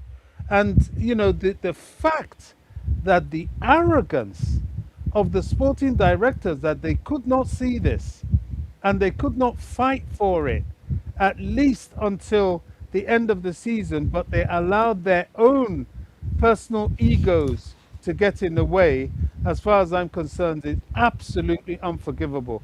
And I want to see at least one of their heads roll, at least, because it's not acceptable. They shouldn't even be in that position in the first place. We need a proper sporting director who's going to take control of the footballing things. They don't even know how to select players. You know, I've heard a lot being said about people like Gittins and Garnacho and so on. We forget those players together cost in excess of 90 million pounds. We're supposed to have a scouting network. We're supposed to have people that came in from Brighton because they could spot talent. What happened there if they didn't want to spend money? But they all of a sudden found it worth spending money on a risk. Garnacho was a risk. He's never going to be good. I don't know why we're so delusional. He is never going to be good at Chelsea. Why? He lacks the physicality. It's like when we had Kepa. Kepa was and is a wonderful goalkeeper. That's why he goes to the best clubs in the world and he gets a number two position. But his wingspan is a problem to him and will always be a deficiency in his position. It's not something you can help, especially in the Premier League. So forget that. Spending 45 million on that was irresponsible. That's just how it is. Now, can we recover? With some difficulty, because you see, once you've lost that, opportunities don't come around like water flowing out of a tap. They come once in a rare while. We sat in a position, we were world champions. We had completed the set of European trophies. We had qualified for the Champions League in prime position to attract the best. And what did we do? If we wanted to spend money, why didn't we spend it on Ekatike? If we really wanted to blow cash like they blew cash on the wrong players. And the worst thing about any individual is not being able to hold yourself accountable. If you cannot take accountability, you do not believe you deserve to be in a position of authority. Right, I appreciate that, Bobby. You're on fire. You came with it. You came loaded today. I think that'd be a better way to phrase it. I wanted to use a phrase because, yeah, I really do want to go to heaven. I'm not going to use that phrase. Dante, I will come back to you to speak on player loyalty. What do you make of it? It's the same as these days players are more loyal. Certain players, you could argue, more loyal to the club, to the player, to the manager than the club. But let's see, what do we have here? We've addressed this one. What else do we have here? Who is he fighting? Go away. Good, but that's, by the way, honestly, I lost it. That guy really made me mad. I liked him. I respected him. The only thing, he was actually on the verge of, again, getting to that period where he'd become a mod. But him just start saying, since somebody knows it all. Nobody here knows it all. We fight all the time. Not fight, but we call it fight, but it's debate. You present your opinion. The fact that you're a panelist doesn't mean you have the final say. We can all speculate. But he wants somebody to suck up his own opinion and not give the person chance to present a counter opinion. He started saying some nonsense like, I see you say his subscription equals 100 subscribers. He can F for all I care, really.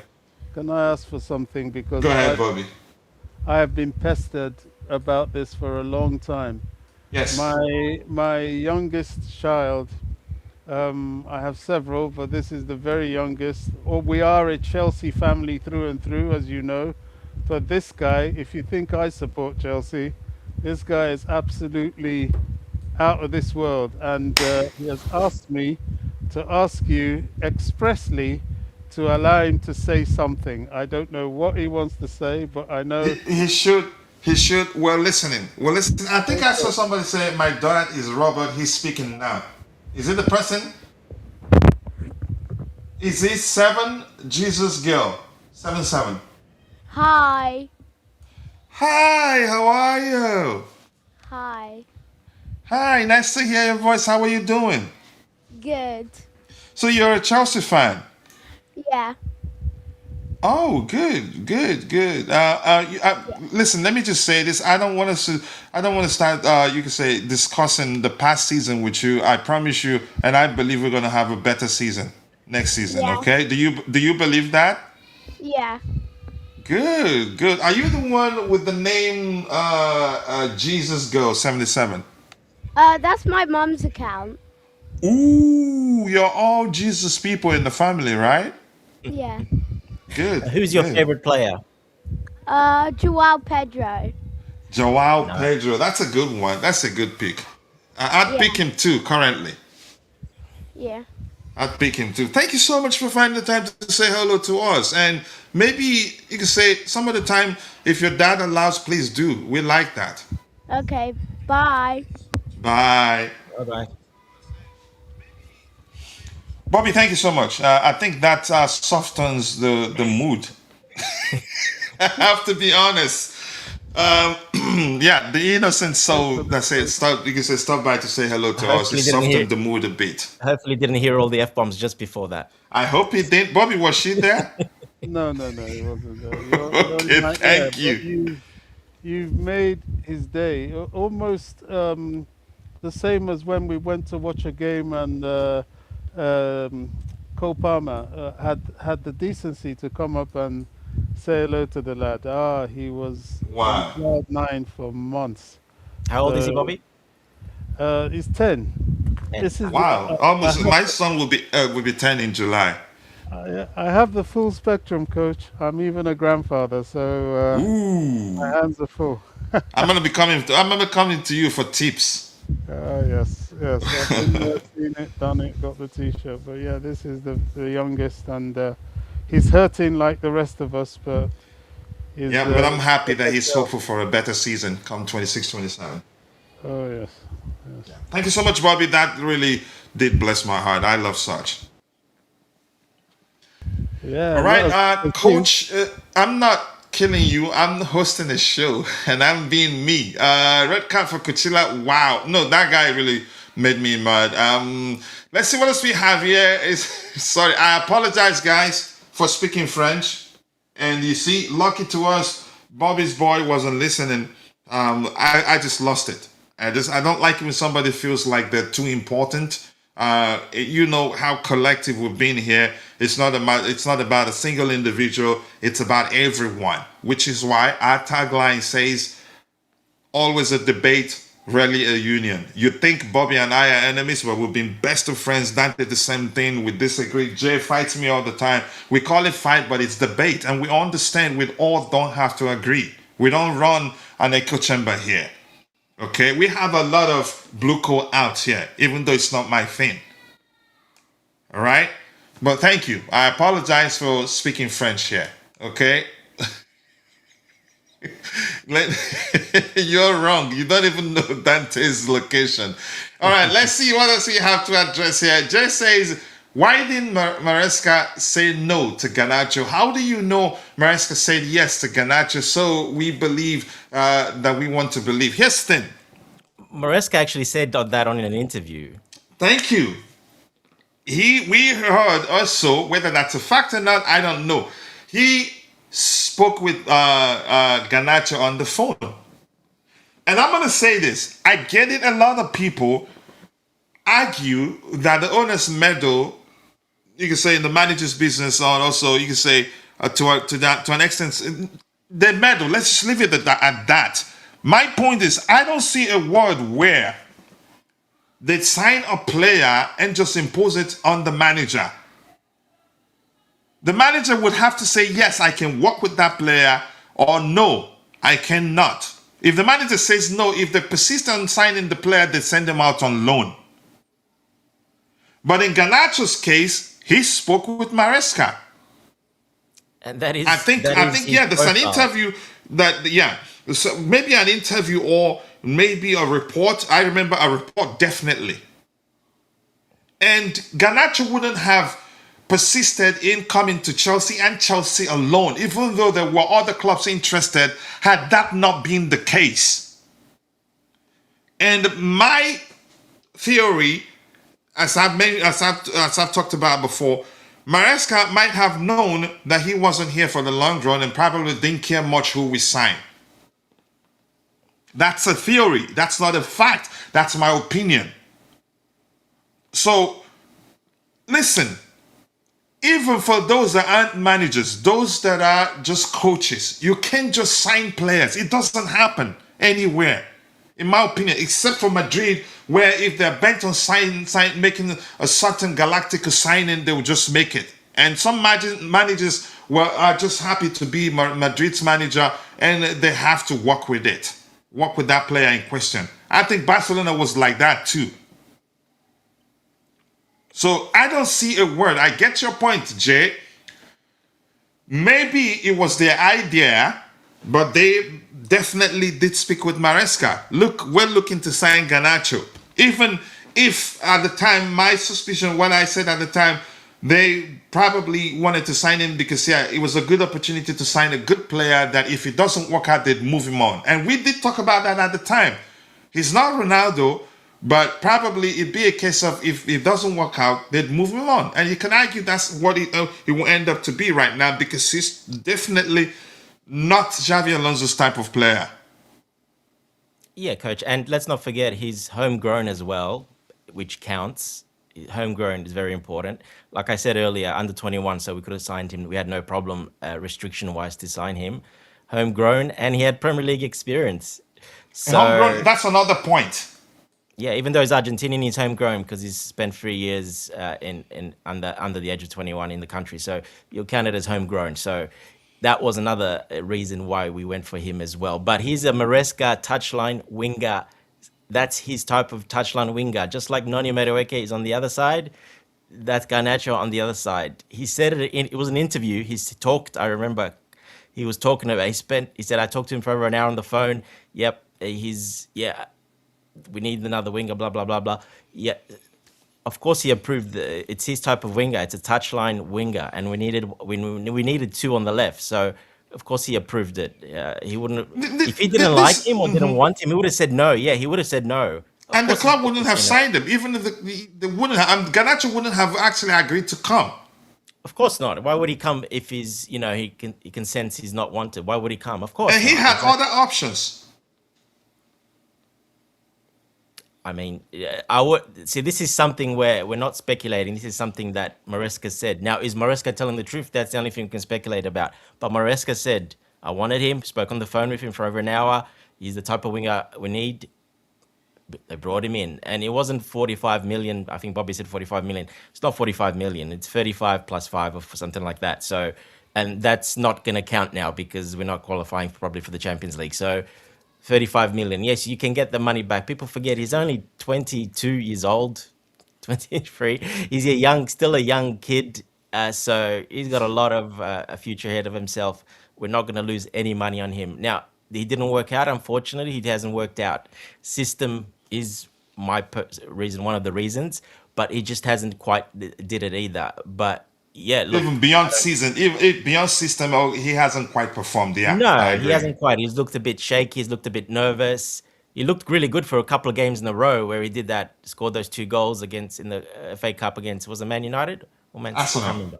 Yeah, Arsenal. Yeah, so he looked really good those times. He was doing everything, but after that, and again when the change happened again with Rossini coming in, again he struggled. So yeah, look, it can happen. Uh, Players can come in and not hit the ground running, or it doesn't work. Yeah, it's simple as that. You're not going to get everyone right. Most of the time, you get them wrong most of the time. There's not many you get right at that level because it's very hard to be at that level, the top players.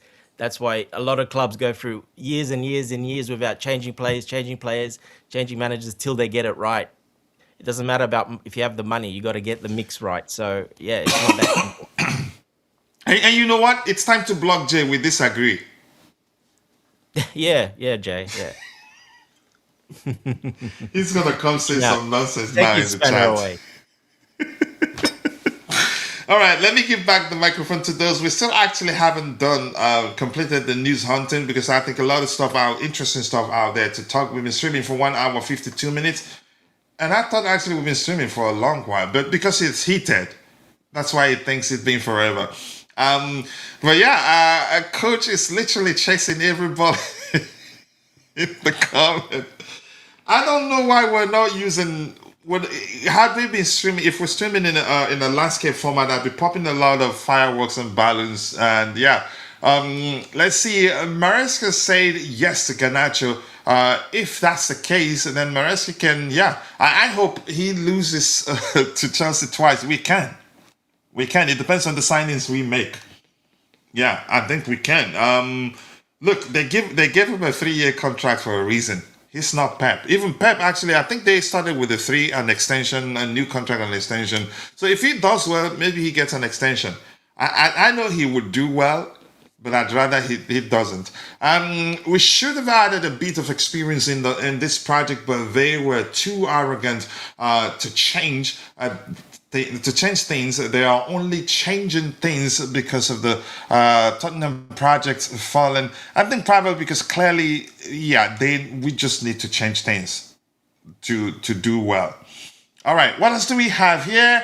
And that's Santiago Muno, my assistant, says, according to Sky Sports Germany, Antonio Rudiger is expected to sign a new one-year deal at Real Madrid. And you can tell why. He's Mourinho's type of player.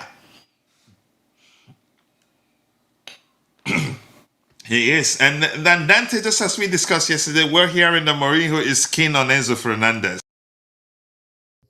Yeah, well, of course he would be. Like I said, he Yeah. needs a guy to control that. And if he wants him to sit a bit deeper, which you can for a Real Madrid team in that league, no problems.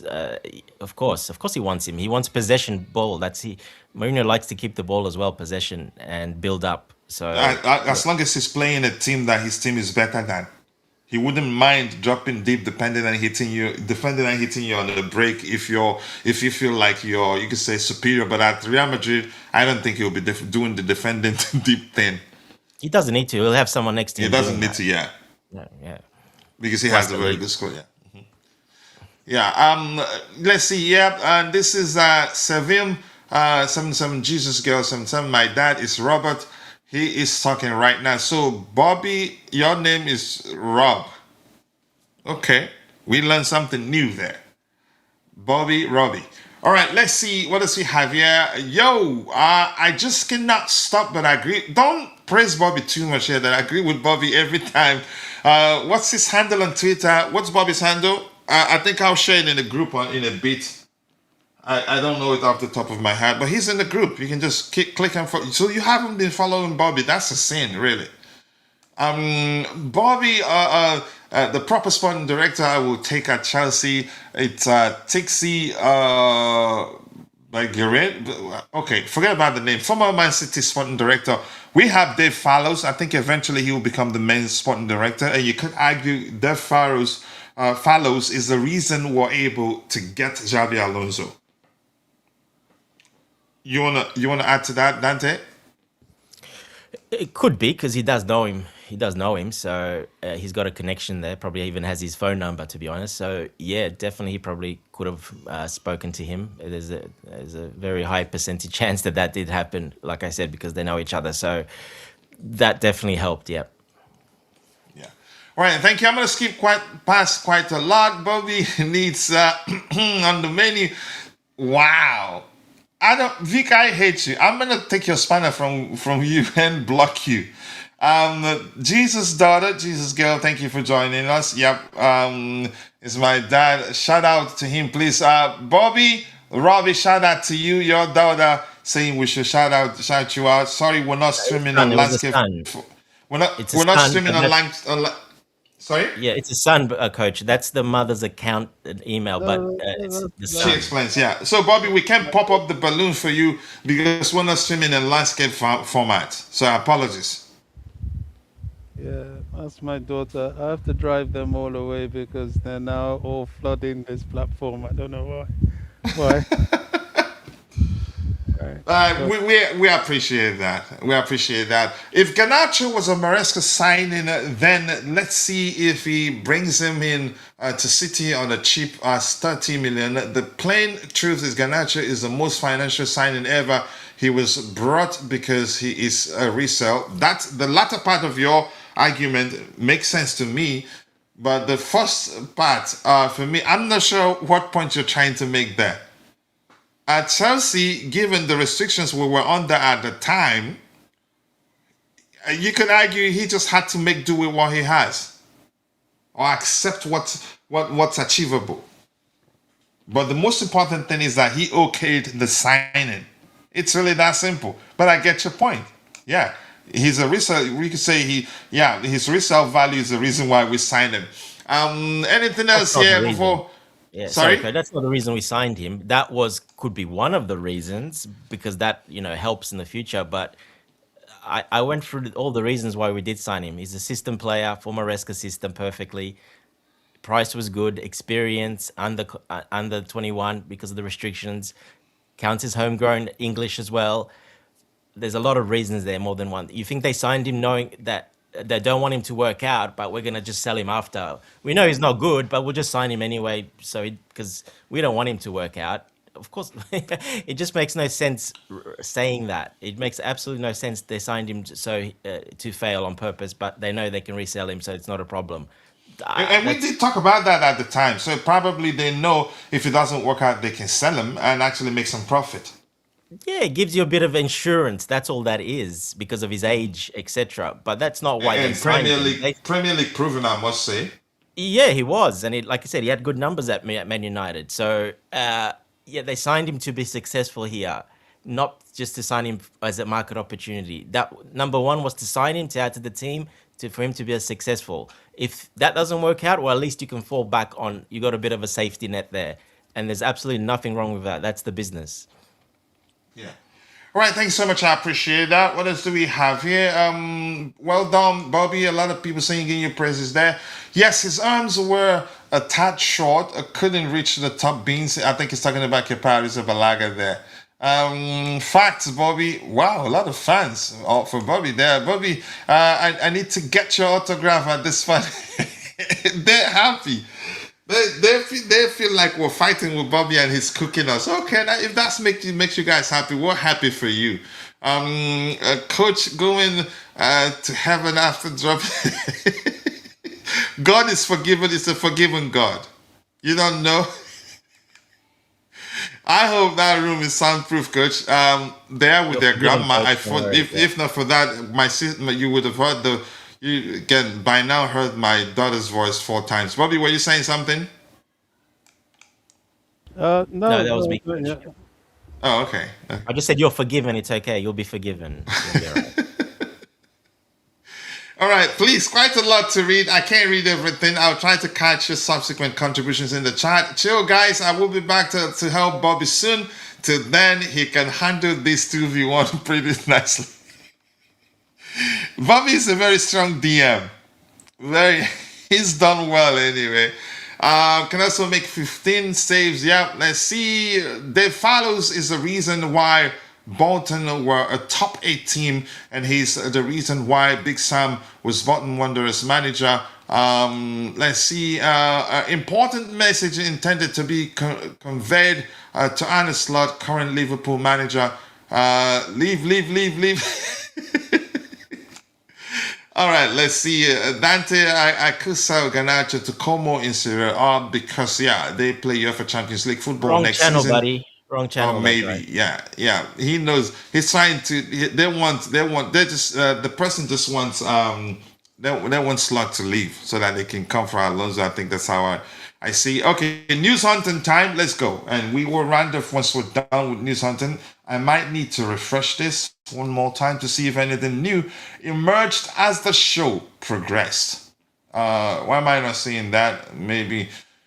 Dang, it's kind of slow. So, but I'm gonna still try and refresh it in case there's anything new there to address. But please, while we wait for the page to refresh Vince's timeline, please keep dropping the likes on the stream. The likes do go a long way. We have how many likes? Where is it? The chat rate is 18. That's crazy. We have 25 likes. I know we can do a lot better than that. So if you haven't, take a second, drop a like on the video, and also do subscribe to Chelsea Perspective if you haven't. We're getting closer and closer to 30k subscribers, and the promise is once we get to 30k subscribers, we'll do a custom Chelsea kit giveaway with your name on the back, or you get the cash equivalent. It's a promise, and we're getting closer to that. 29,700 subscribers, 300 more. I think it's going to happen first week of the transfer window. As long as we continue to stream consistently, we will get there. So if you haven't, please take a second, drop a like on the video, and also do subscribe to the channel if you haven't. We go back to news hunting after this. Garnacho would do well in Saudi Pro League. He will be a lot more richer, and he will earn more there than at Chelsea. Plus, he plays style. Yeah, I think he will smoke a lot of them there. A lot of the defenders there. No, I think no, no kidding. he would do well there. Like, Yeah. what's the name of that? Oh gosh, my head's gone a lot. Who did we have? Felix. Felix, yeah, Jao Felix. I think he was player of the Yeah. season there. You still speaking, Bobby? You there? Okay, he's muted. No, Maybe a distract. I've, Okay. I've said what I wanted to. Oh, okay. Oh, okay. You're done speaking. Okay. All right, there you go. News hunting, and after that, we'll call it a day. But if you haven't, please do us a favor, take a second, drop a like on the video. All right, I want to zoom out very well so we can see a lot of what we want to read here. And the first item, Vince's opinion. Alonso and third man runs. Every combination is followed by someone making a run from deep. His Leverkusen mastered it. Very difficult to defend, very difficult to beat, very difficult to counter. Also, enjoyable to watch. I think we're good. This commentary from who? Chris Waters tells Carrick to sell players and sign Cole Palmer. And you think Chelsea will sell him? No. Nicky Bott says, with the way Chelsea will play, I agree. Robert Sanchez, cannot do it. I am pretty sure Xabi Alonso would want to play that way to build out from the back. So he will need a new goalkeeper. Then I don't think he needs one because his teams don't overdo it. What do you think, Dante? Go ahead, Bobby. Go ahead, Bobby. I just want to quickly make comment on this Enzo Fernandez thing, because I Uh think huh. a conversation has still got to be had between him and Xavi Alonso. Hmm. Now, I don't know what's going to happen. It seems likely he will leave. I don't know. But I have to say that the way Alonso plays, Enzo Fernandez will fit right into that. He really would be thrive under an Alonso system. But time will tell whether that will be enough to keep him at Chelsea. Yeah, I think we'll see. Yeah, I agree with you. And Jay says, I am eagerly waiting to see how Maresca manages Turkey after seeing how he went with Felix. I think he will manage Turkey well. He'd have to. Otherwise, he'd be setting himself up to fail at City. He just has to. And it's not Turkey alone. There's also Semenyo. They have plenty of players like that. You could argue players when the club Man City was signing them, they're prioritizing their skill set and not necessarily how you can say how they come to contribute defensively and all that. I think he'll be all right. I think he would do well with City, but I don't want Yeah. him really to do well. Yeah, I mean, let's not deceive ourselves. Maresca will do well with He that will, yeah. squad. You know, it's. I don't want him to, but I think you'll be very hard pushed to see it any other way. City have always been our rivals, but you could argue you could say it has now become a more defined rivalry. The fact that they took our manager, and should they end up signing Enzo Fernandez, that will heighten that even more. Dante, let's hear you. Well, people forget that City, should they be trading, they still haven't answered their 115 financial charges. You know, should they be trading? That's a very big question, which may surprise people, may um, get an answer before the transfer window opens. I know with the financial power they have, they're going to shift a lot of things under the table. But in all honesty, when you look at all the other clubs that have been punished, including Chelsea, it would be almost miraculous if they go unscathed from this situation.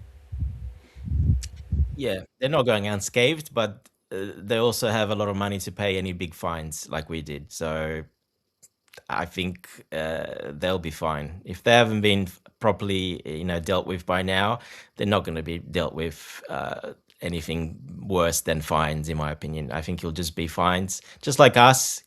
And don't forget, ours. I think maybe because it was the previous owner. These owners, obviously, our owners owned up to it and self-reported.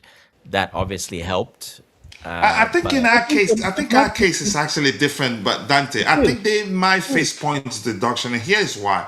In our or case, or we um, self-reported it, and or in the their case, standard. they were actually trying to manipulate a reporting on their website that they had to delete. Actually, Yeah, I ours think is theirs is very a lot deeper than us. But go ahead, Bobby.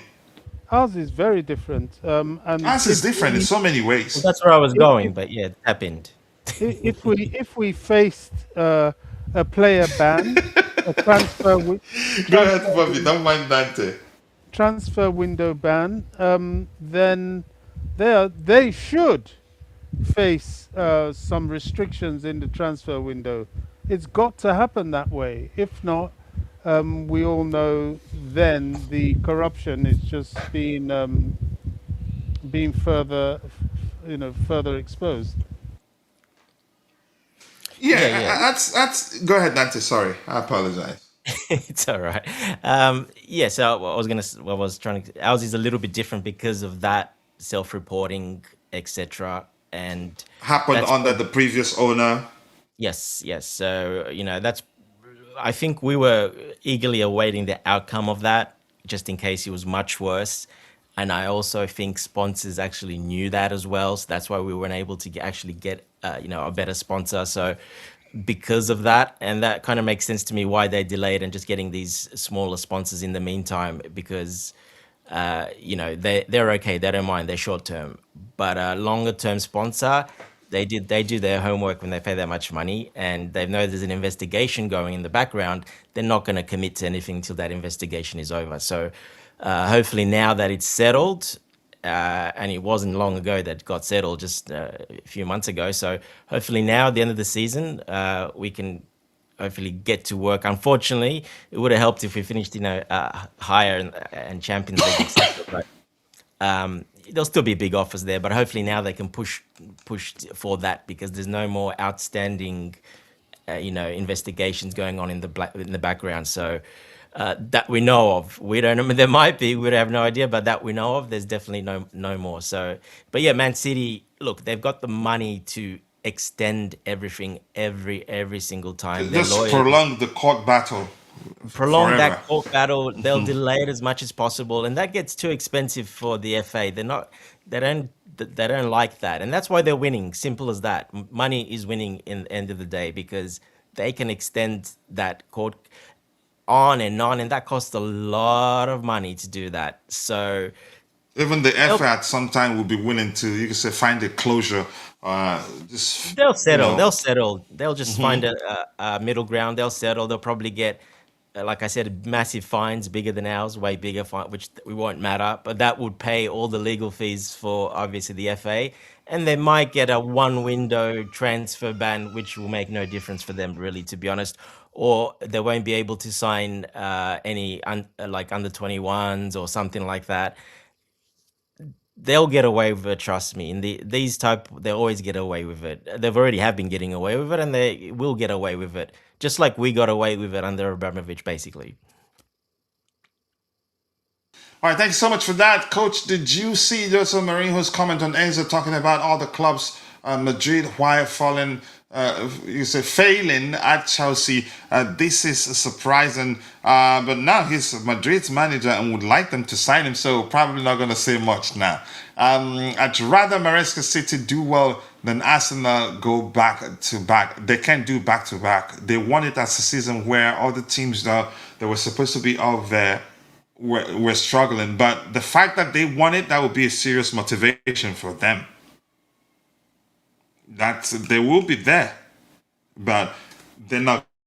They're not going to win it. If they're going to win it, they'd have to be close to 90 points plus. You can say 95 points plus, and all getting close to 100.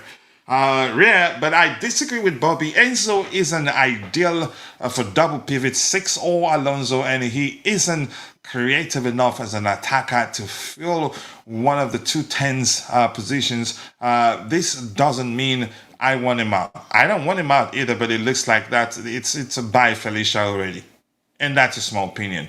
Yeah, let's see what else we have here. I'll be shocked if they get the 60 million a year front of shirt deal, which they have been bragging about for 2 years now. It's a possibility. It's a huge entity, and also you can say connection plays a part.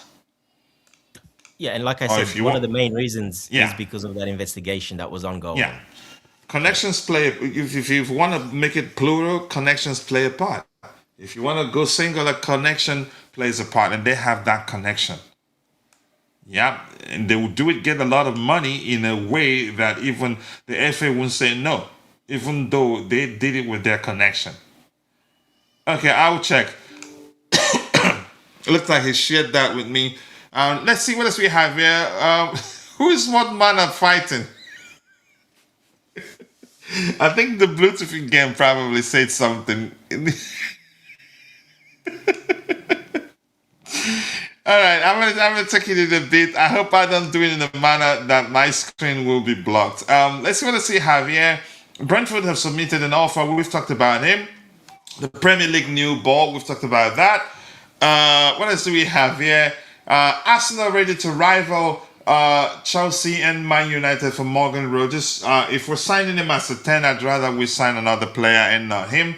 Anything else we haven't talked about here? Wesley Fofana's red card in the 62nd minute at the Stadium of Light was Chelsea's eighth player dismissal of the Premier League campaign, leaving them one shy of Sunderland in 2009, 2010, and QPR 2011-2012, who jointly hold the competition record for red cards received in a single year. Dante, your thoughts on that? Please, once you're done, can you hand over to Bobby? Yeah, go take care of her.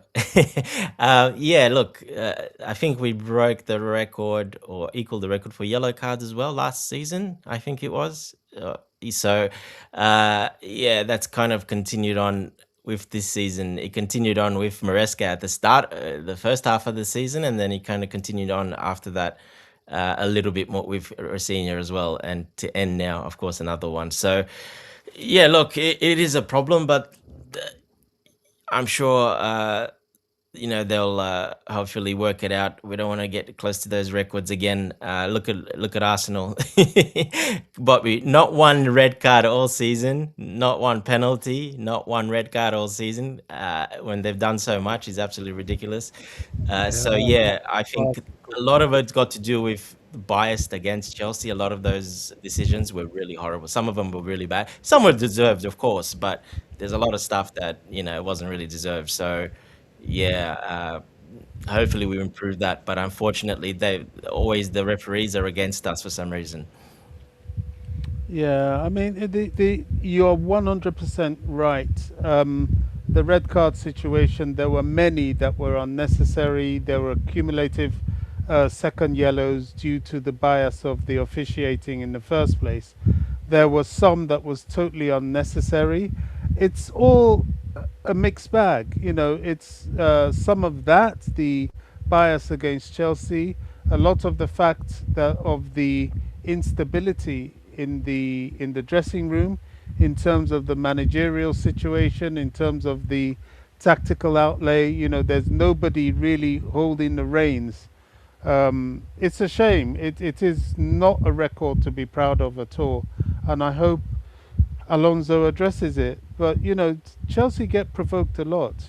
Some of the cards given to Maresca was out of provocation to the decisions he was seeing and witnessing from the sidelines. I don't know. I think the Premier League really need to look into the officiating side of things. If we're going to continue like this, with this bias and targeting certain clubs, especially Chelsea, I don't know how that's going to pan out in the end for the integrity of the English game. Yeah, look, I think it's just, yeah, I think a little bit of targeting, a bit of biasing, just because we were so successful when we were, and I think how we were successful as well. Usually, the officials slash law don't like that type of thing, as Usually when that happens, and that kind of tends to happen, you get a bit more targeted because of that, because how successful we were and how we were successful as well, and who was in charge of that success, etc. So I think that's probably, hopefully that's fading away now slowly. That's moving on. They've got Arsenal as a new winner as well, so hopefully that helps. They managed to get Arsenal the trophy, pretty much the PGMOL, and the refs. I've never seen such bias in my entire life. I haven't seen such ridiculous 18 decisions they got wrong in the for Arsenal. So yeah, look. Unfortunately, I think he still might continue a little bit, but I think hopefully it's starting to fade away. Hopefully with, our success kind of, how it faded a bit away. But yeah, the players got to take a bit of, blame as well. They are maturing, they are getting better, and I think that will help as well. But when you're on that field and you see that, I mean, I can accept if I was on that field, I can accept one or two things going, the referee getting wrong, because, I mean, let's not forget they are human. They can get wrong. They can be in the wrong angle. They can not see it properly. There's a lot of, it can happen. But when you see it as a player on that field, multiple times continuing, and then it's kind of week after week, it gets to you, it gets under your skin, and then you lose a bit of control and you lash out. And that's a bit of the, being younger as well. Obviously that's not quite under control as well as it should be yet. So I think that's definitely the frustration of the players to some of these calls. I think definitely is a major factor as well. Yeah. Yeah, thank you so much. Just quickly before we move on from this, I don't know if Bobby have spoken about the red card thing. He did, yeah, yeah. Yeah, let's talk about this quickly. We heard that Arsenal internally discussed Enzo Fernandez. I don't think we're going to sell him to Arsenal, because I don't think they're probably going to meet our valuation of the player. Maybe they can, because they're going to make money from winning the Premier League and being in the Champions League final. Maybe they do that, but they'd have to move on certain players. Would you take Odegaard at Chelsea? And do you think it makes sense? And do you think it makes sense to sell Enzo Fernandez to them? I'd say don't try it. That's Enzo's not going to Arsenal, coach. First of all, they can't afford to pay him more than max would be that 300,000 where Saka is, because that's the max. Madrid pay like 500, 600,000 a week. He's not going to Arsenal. There's no way he's staying in London. If he's going to go, there's only one club he's going to, and that's Real Madrid. That's the only club he would, in my personal opinion, would leave, because of one, money, the city, the language, culture. It's perfect for him. So it's every South American's football's dream to play for Real Madrid as well, or Barcelona. So yeah, and his commercial value absolutely skyrockets. Let's not forget that. The money, first of all, the fame, and the commercial money you're going to get from off the field stuff absolutely quadruples when he goes to Madrid. So he would have to be a fool to go to Arsenal, to be honest, or even Man City, in my opinion, over Madrid, if Madrid's on the table.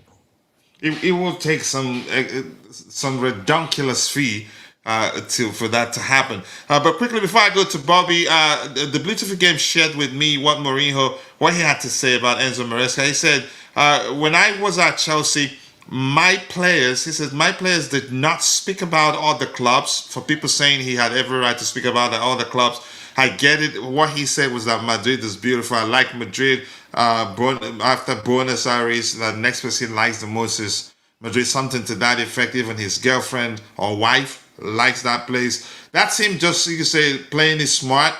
Because his agent letter said Pastore, right? Letter said, but he didn't say he wanted to go to Madrid. And I was like, do you think you're dealing with idiots yet? So Mourinho said, when I was at Chelsea, my players did not speak about other clubs. Why? Because they were too busy winning. That's him. That's a dig at that's a dig at Enzo Fernandez. You say Madrid is beautiful. Of course it is beautiful. Paris is beautiful. London is beautiful.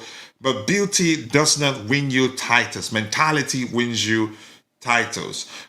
You want Real Madrid, but Real Madrid is not a holiday destination. It is pressure, it is history, it is responsibility. At Madrid, if you play one bad match, the fans whistle. Two bad matches, the media killed you on the live Zoom. Three bad matches, you are effed. You're finished, I think. You see, Enzo Fernandez does not know the power of valuing what you have. He thinks that it's easy everywhere. He should go and ask Eden Hazard his experience after leaving Chelsea. Let me cut you short. I think that's fake. That It quote. sounds like it. Of course, it's one. I bet you I know from what account that came as well. The guy posts one account, something like that every week.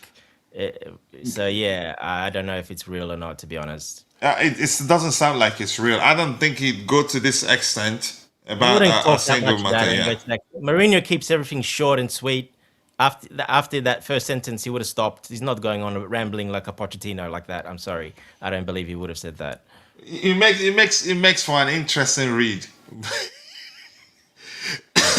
But yeah, okay. Thank you for that. Havertz, he says Havertz, Gabriel, Saliba, and Rice get away with blue murder, and we are out here breaking records. But I think the number of red cards we accumulated and during the 25-26 season, I think it's our own doing. Not you can say not necessarily down to bad refereeing. You can say on certain occasions you can say we could have gotten away with. But even at that, we are, you could say, what's the language I'm looking for? Disciplinary record has been poor, really. Go ahead, Dante. Yeah, we spoke about that with Bobby while you were away. But Okay, you guys already talked about that. Okay. well, that's what we said. Basically, it is also a lot of those happen from frustration at the officiating as well. A lot of the times, because so many calls were going against us. And those, like I said, as a player, you can accept one or two times on the field because, like I said, the refs are human. They're gonna make an error. They can't see absolutely everything. Different angles, players in the way. So you're gonna accept that. But once it happens every week, basically, and it happens multiple times per game, that builds up, and you get frustration as a player, and especially the younger players, like I said, they lose a bit of their head a bit like that. So. It's also definitely on the officiating that's caused a few of those as well. It's not just down to us, getting red cards. There was a lot of those yellows, first of all, because the two yellows, not just a straight red. A lot of those were from frustration as well, from officiating, not getting calls. And a lot of them, I remember specifically 3 or 4 of them that were basically not getting a foul. We got fouled. Clear foul, and the ref didn't. And we went, and then our player tackled that and got a yellow card straight away after. Because so that's frustration from the officiating as well. 100%, I think it's involved. Yeah. Yeah. Gabriel headbutt on Haaland. Gabriel punch in the face of Watimadi and somebody trying to struggle Yoro Hato. They got away with a lot of those, but we got punished for a lot of nonsense. In my opinion, and VAR literally looked at Havertz studs halfway up and plays Shane and says it's nothing. Yeah, exactly. That's the sort of way they got away from. Enzo Fernandez would never play for Arsenal. I mean, I'm not gonna bet my life on that. Players are mercenaries, in my opinion. Would become Madrid's feeder club. Have we really? How many players have they signed from Chelsea?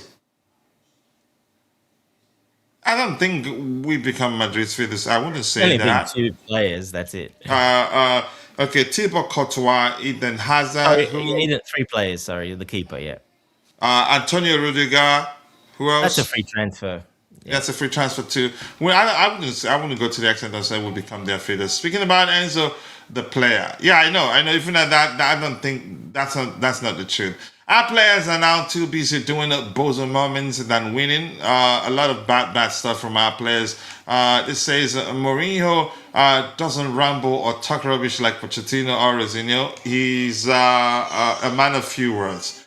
We're punished for every 50-50 takes the edge of we're punished for every 50-50, which takes off the edge of our game, especially for players like Caicedo who plays on the edge. I think I agree. Essien as well to loan.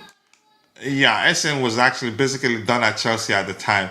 Rudiger, Christensen, Courtois, Hazard, Enzo. Essien wasn't playing much at the time, and when Mo came calling, Christensen is yeah, not. Christensen he is answered. Yeah, Barcelona. Barcelona. Yeah, not them.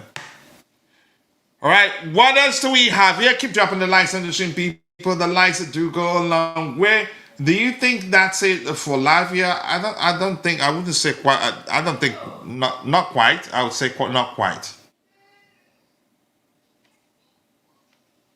No, Anybody on the panel? no, Lavia, it's not for Lavia. not quite. Lavia will still be here. Like I said, he's gone through his muscular injuries. He's kind of going through that phase now. All those players, they kind of go through that phase. It's pretty common when you're that muscular. Usually, when you go through that 20 to 22, that phase, when your body settles and changes a bit, that happens quite a lot. So hopefully he's over those and he can get ready to go. They're not going to sell him. First of all, there's no market for him, as in there's no value for him because he hasn't played as much. He's just starting to play. So hopefully he has a good off season and, no injuries. But I think, in my personal opinion, those injuries will be behind him because, like I said, just from experience, I know those players usually get injured at that age quite a lot when the body settles, and especially how he plays as well. He's quite a physical player. He uses a lot of short bursts, quite strong on the ball. Physical type of player. So yeah, I think he'll be fine. Cross our fingers. Hopefully, that doesn't happen again. But he should be over that now. From next season, he should be over it, and he should get a good, clean run at it again, in my opinion. Because I don't see us selling him anyway. If it is, it'll be probably the season after that. I think they'll still, for those reasons I mentioned, they would know that, and they will give him time because of that. I know people probably won't agree with that because he hasn't played, like Bobby says, 90 minutes or whatever in two and a half years he's been here, whatever. But yeah, they will give him the opportunity again after that. It's a well-known sort of thing in that field that when you're like that, it can happen. So yeah, I think he'll get the benefit of the doubt. And his footballing is too good of a footballer. He's, especially in an Alonso system where you need that type of those two defensive midfielders to be very press resistant and to be able to break that press and move the balls left, right, quickly away.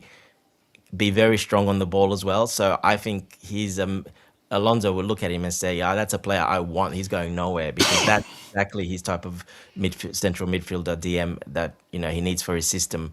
Especially how good he is at passing, like I said, and breaking that press. That's number one for Alonso in that position. Yeah.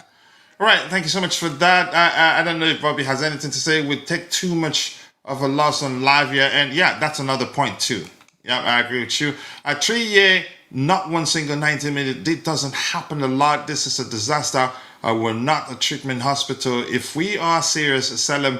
But no one will buy such an injury-prone player. But I think he stays.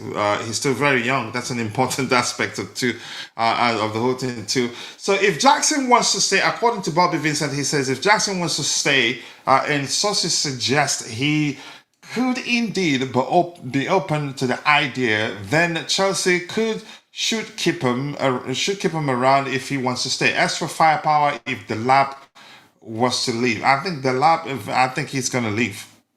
I think he's going to leave. Not because he's a bad player, in my opinion. A victim like yourself, the manager's approach, one of the reasons. Plus, the injuries is hard, actually.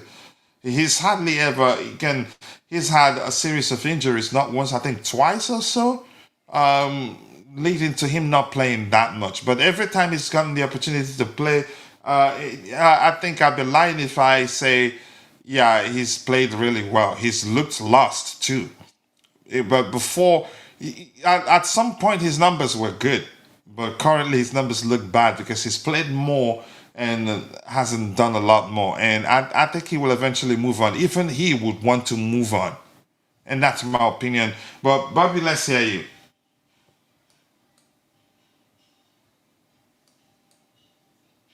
Okay, maybe Bobby is busy. Okay, there you go. He's on mute. Okay. What about Delap? What about Lavia? Or about what? Okay, you can go with the three of them. Just go with Jackson, the possibility of him staying at Chelsea. And I'm going to read this for you. If Jackson wants to stay, and sources suggest he could indeed be open to the idea, then Chelsea should keep him around. And then extra power if the lab was to leave. And I think the lab will leave. That's my opinion. I'm not saying certainly the lab will leave, but it looks like he will most likely leave. Yeah, Even with the fear of Jackson coming back, I think that will probably push him to leave. But let's hear you. personally, I would like Jackson to stay. I think Jackson enhances Cole Palmer's game. For some reason, people don't like to say that, but that's just the truth. He brings the best out of Cole Palmer simply because of how he, Their own fit chemistry. yeah, they have very good chemistry, and he frees up a lot of space. Yeah, people will turn to the match in the Club World Cup where Cole Palmer kicked the post because Jackson failed to Cross the ball, square the flip ball the to ball. him. But that pales in significance to the numerous times Jackson created space for him and has, they work well together, let's put it that way. So personally, I would like him to stay. The lap is a shame for me. I like the lap's physicality. I think that's very important. But the fact is, he hasn't been showing any lethality in front of goal, and that's what he's there for. Too many headers put astray.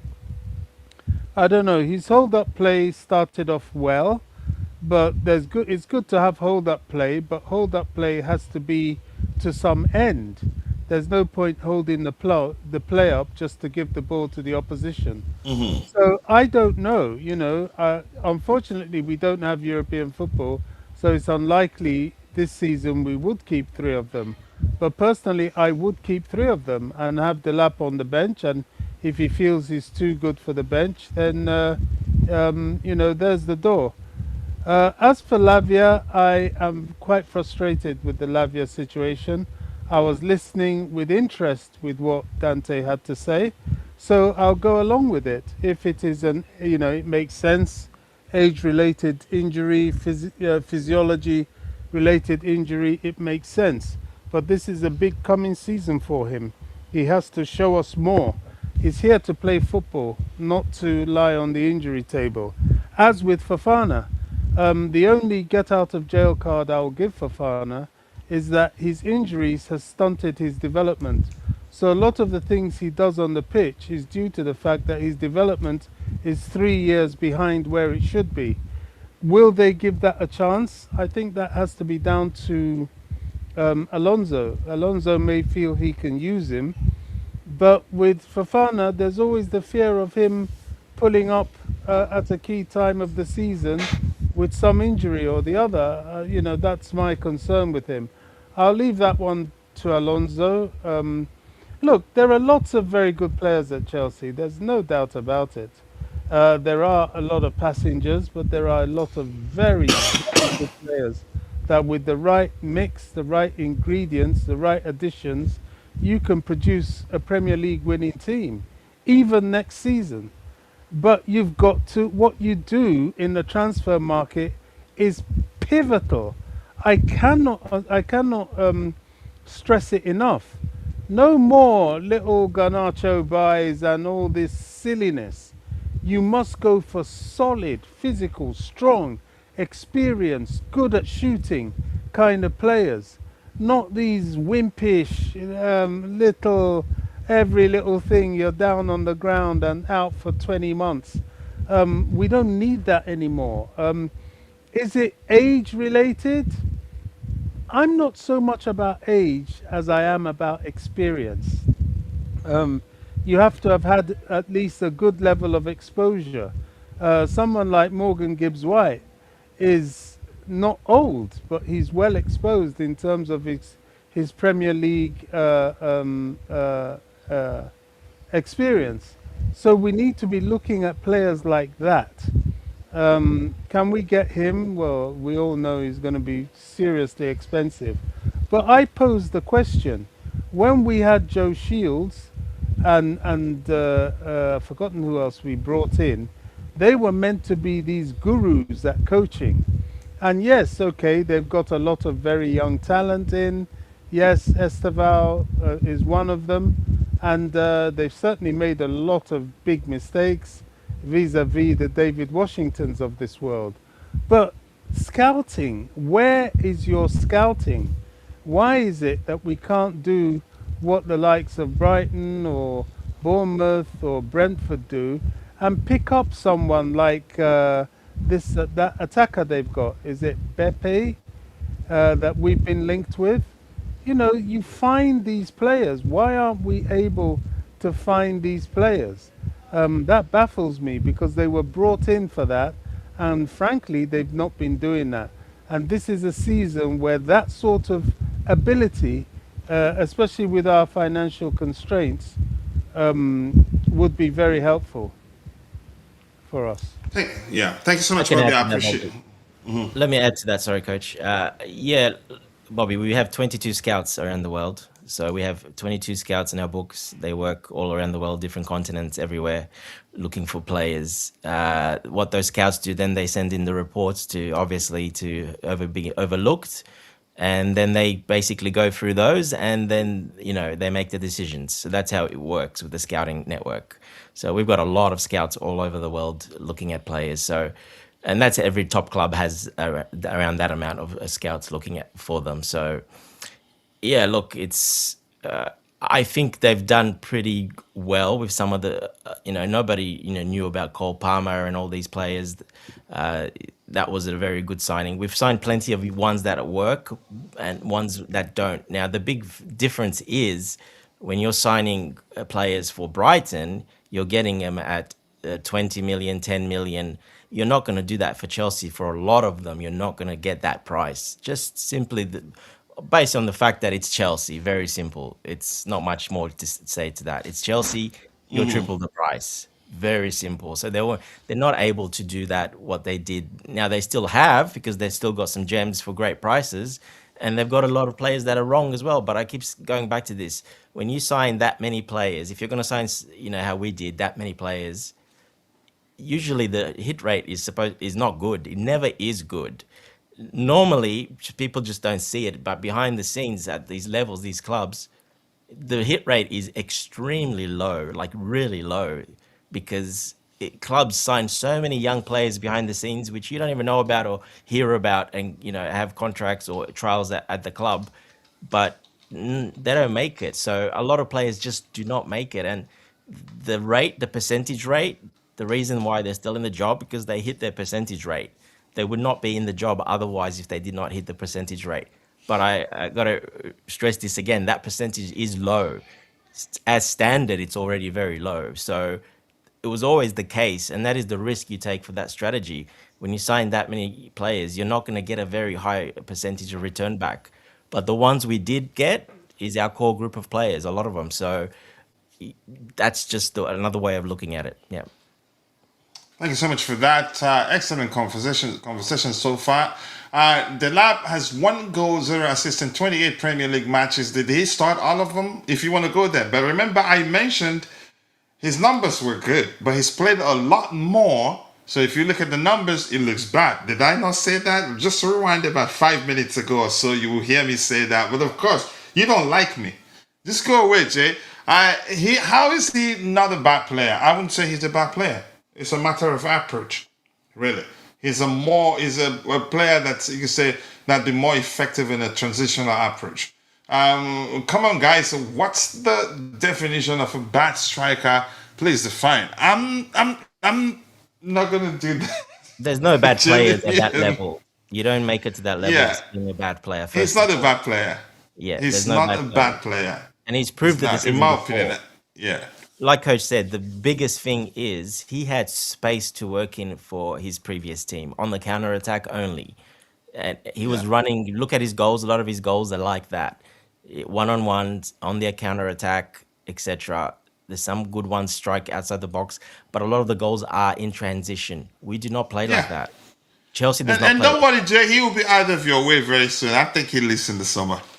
I think Yeah, most probably likely he'll be part because of the yeah, deal. I'm hearing that we're discussing with Newcastle United now, and I think that'd be the next subject. But go ahead. yeah, he could be very well on the way because he hasn't really quite fitted in. But look, normally a player like that, you give a second season and another go. But we do have Omega coming in as well, and yeah, Omega is a different type of beast to him. It's a different type of profile, but I More think Omega complete. will You do can argue better. more complete than the lap Yeah, Omega will do better than the lap because yeah, system. system wise that'll fit much better. Yes. Now, and like you said, he's not. I don't think he'll want to sit on the bench that much. He So most wouldn't. likely he'll be gone. Now it would be great if he stays and says, "No, I want to fight. I want to prove myself." If he does say that, they'll give him that time because usually you He get that said that sign already, according to reports. But usually that according to doesn't reports. guarantee a player stays. I After all, haven't seen it. Jackson Yeah. Jackson said it like 10 times. Exactly. It's just, say it. So, yeah, we'll see what happens. If we might go for another striker and then he's definitely probably gone. So, yeah, we'll see what happens. But, yeah, I think number one is that fit. It didn't quite work out for him. He needs that time. Look at Neto as an example. Neto came from a similar system from Wolves across. He really struggled at first, the first 6 months, the first year basically. He didn't do very well because he was in a similar type of thing. So when we started playing more possession, more, you don't get those one-on-ones, you don't get that open field to run into. Well, then, yeah, you have to adapt and change. So, yeah, I just don't think he's adapted well enough. And he's a very smart kid because he's very smart off the field. He's got multiple, diplomas. I think he's one of the smartest kids in the whole Premier League, as in off the field. But I think that probably hindered him. I think he overthinks too much, and that's probably hindered him a bit. He's overthinking things because quite that intelligent. So yeah, we'll see what happens. But he's not a bad player. There's no bad player at that level. I can't say he's a bad player. Yeah, I wouldn't say that. But that's by the way. Let's see what else do we have. Yeah, keep dropping the likes on the stream, people. The likes do go a long way. At this point, coach is just rage baiting the chat. I don't listen. I try to be as objective as possible, but Jay will be there fighting me, fighting Dante. But he left Bobby alone. You're not a good teammate. One window does not fix it. I think it does. We're not that as bad as a lot of people make it out to be, actually, in my opinion. I'm pretty sure somewhere in 2017-18, coach said Bakayoko is not a bad player. Uh, possibly. I do Because agree was with he a you bad there. player? No. Maybe a bad sign and a bad fit. I Yeah, certainly go agree ahead, with Bobby. you. I think one window can fix this. You can, Um, yeah. of the right players coming in. At the moment, I'm not seeing any sign of the right players coming in, albeit the transfer window doesn't open by till the 15th of June. But And World Cup year, Bobby, that's a problem too. sorry. World Cup year is always deals don't get. Yeah, but to be honest, a club like Chelsea, in the position we're in, I think by the 15th of June, we should have at least 98% of our signings in place, And sat there's ready. no way to know if that isn't the case, Bobby. Bobby, I can assure you that agents, the players at the World Cup, they tell their agents, yeah, you speak about nothing until I don't want to hear nothing until after. That's the national team advisors are there monitoring that, and they will I'm, not be able. Most of them won't be able I'm to do anything. very I'm very skeptical about World Cup signings. I'm old enough to remember people like Karol Proborski, Sebastian Veron made a mistake coming to England from Italy. I think World Cup signings, there have been a lot of flat signings based on players that performed well in the World Cup. I can think of very few that have been bought based on World Cup performances that actually went on to rip up trees, unless only those that were ripping up trees before the World Cup went on to do great things, like your Romarios of this world and so on. So I'm not sure the World Cup has much bearing. and because of the gap, the interval between post-season and the start of the World Cup, yes, they're all in their camps and so on, but there are agents even before that, and I'm not sure World Cup players are the kind of players Chelsea will be looking for. I think Chelsea will be looking for settled players. I think Chelsea will be looking for this time more mature players, and probably players that have the summer off, because part of our problem, as we've mentioned this season, has been that participation in the Club World Cup. I think it took the wind out of the sails of a lot of these players. It hasn't affected PSG much, but it really was. Look at people like Cole Palmer, who's I never. mean, their league granted them, you could say, like, break. There you Uh, go. yeah. So I think we really need that, and all these people having a go at Thomas Tuchel. Oh, you left out Palmer, you left out Colwill.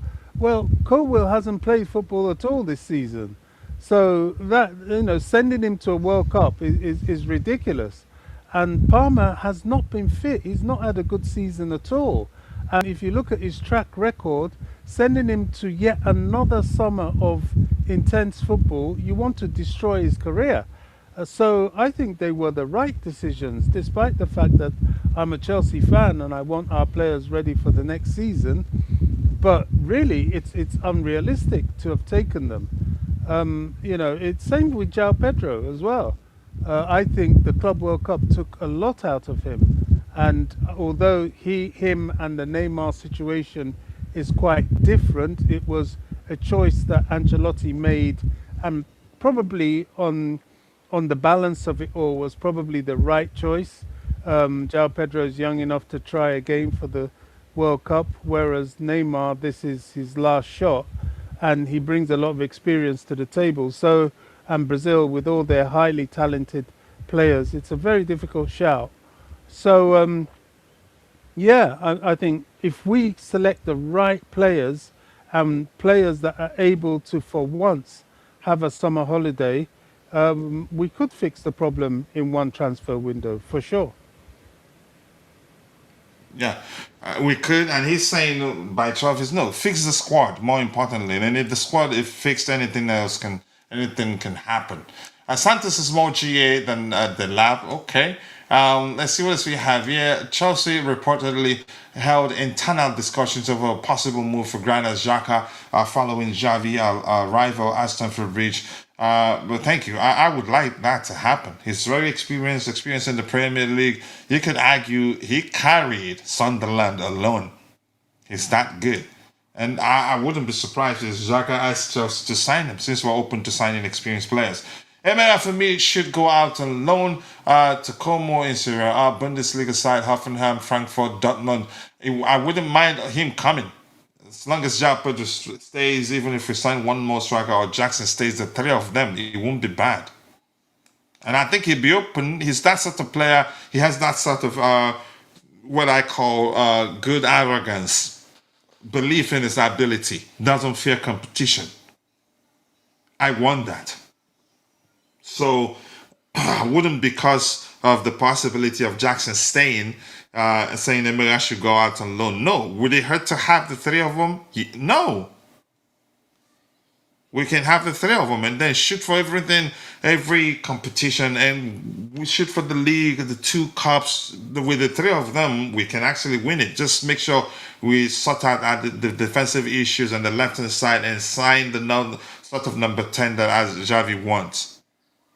So why not? Why would you send them out on loan? It just doesn't make sense. Well, Dante, the heat rate for other big clubs is somehow better. You give way too much protection to people who are simply not good at their job, not acceptable at the big six club. Okay, I'm not sure where that's coming from. No but other yeah, club did what we did. They didn't sign 26 players in one window, so you can't compare that at all.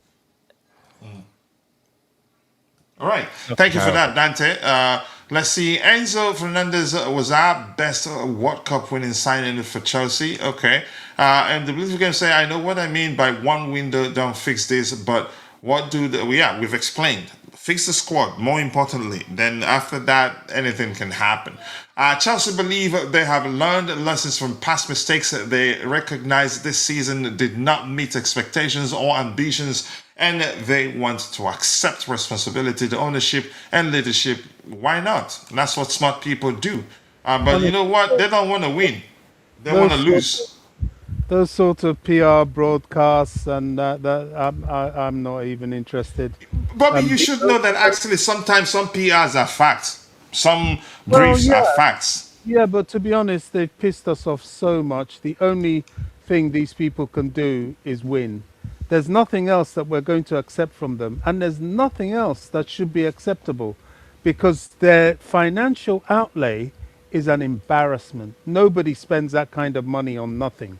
And unless they start ripping up trees, that's when people will listen to them. So all All this right. learn and all that, that's But for the bird. it has wielded something. It hasn't wielded Yeah, we nothing. cannot say it hasn't. Yeah. True, but for now, it's for the birds, really. I have one quick question to ask. Uh huh. How was I? This is highly controversial, and I wouldn't say go for it because I think as a club we have enough enemies, and we don't need to start bringing negative attention to us. But Mason Greenwood, I look at him, I'm thinking, hmm. Anyway, it's just too How do controversial. you think? Let me ask you this, Bobby. I get your point. Yeah, Mason Greenwood, right? yeah, You know why he had to leave Manchester United. of course. Then, if Chelsea of all clubs sign him, It's what do trouble. you think happens? We have enough trouble with the media, and no, it would be terrible. They'll be But on he's us. an excellent Any, player. oh, he is. Any little thing that happens, they will be on us like a rash. But I look at him and I'm thinking, wow, and he will be cheap. He's not in a position to demand high wages because he's toxic at the Not moment. cheap, Bobby. It's not cheap. He's not cheap either. Well, then forget it. And, He's probably and one of the Bobby, most why important you could players. say that's some reason why we're saying we're better. You could say we basically agreed we better not do it. Is the Yeah. reason why no English club were serious. We actually tried to sign him.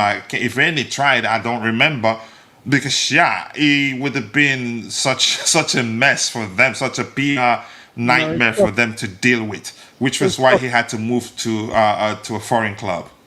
Yeah, it's toxic. I mean, with the political environment, I mean, Yeah, it's just so non-PC, as it were. But unfortunately for him, especially yeah. for Chelsea, that Chelsea being perhaps the only club in the world that's had to take on their entire government under the pretext of a war. But you see that people underestimate the power of football tribalism in England in particular and in Europe in general. It is very deep rooted. People don't do things without a reason. People have their club biases, and it shows. Even in the seat of government, it shows. The way one MP came after Chelsea, that had nothing to do with anything other than his football allegiance. Forget all this talk of Ukraine and this and that. He hated Chelsea because he supports the other teams. That was what it was, and he abused his position and used it to attack a mere football club. So never underestimate it. Look at what's happened with the officiating for Arsenal. Whether we like it or not, Arsenal is a very popular club. It has a huge fan base, especially in places like Africa. Some of the things I'm seeing on X with the way the fans have been celebrating in those places, although they do that with Chelsea as well. But I think the Arsenal fan base there in particular is huge, um, and certainly in this country it's huge, and certainly in various walks of life it's huge, and definitely in the FA, and they've had a handle in what Arsenal did with VRA. sorry, VAR, with VAR. There is absolutely no doubt about it. The only thing that disturbs me is that our media, with their propaganda and PR, tries to delude everybody into telling them that we're this sort of fair footballing nation of integrity, and I don't think we are. I think there's a lot of dodgy things going on in football, and Chelsea are very, very much at the wrong end of it. Yeah, I do agree. It's no longer a secret, honestly. But we need to be as loud as we can about the situation so that the FA will start paying attention. I had it written up saying that Tuchel is a German spy on a mission to sabotage England World Cup dream. Never laughed so hard. I remember him saying that. And to some people, they look at his selection and say he's right. But Tuchel is a tactical mind and selects players based on his tactics, not necessarily more, like you say, doesn't prioritize who's better than the other. It's who fits his tactical approach, who fits his approach from a tactical perspective. So yeah, that was so funny. The first day he said that, and he was serious. He wasn't joking. But I don't think that's the case anyway. Even Man City didn't sign 25 players in one window. They didn't. Bobby's on fire. Let's see. Anyone is an excellent player. Even I am an excellent player. Okay, Mabas, leave me alone. Dane Greenwood literally get back together, and they had a child actually. Yep. Yeah, bringing him now, everyone hates us anyway, so we shouldn't even try. Even at that, even how the fact that they are back together, have a child together, looks happy, going by the picture of the both of them that we've seen on the internet, it's still going to be a PR nightmare. Because, yeah, it was reported to the police, and she never said, no, he didn't do it. It's just like, yeah, they settled it. We're playing one game per week next season with few Chelsea players going to the World Cup. Even with a good window, I still think we'll be battling for top four. What's your expectation? I think we'll be fighting for the title. As long as we make decisive signings.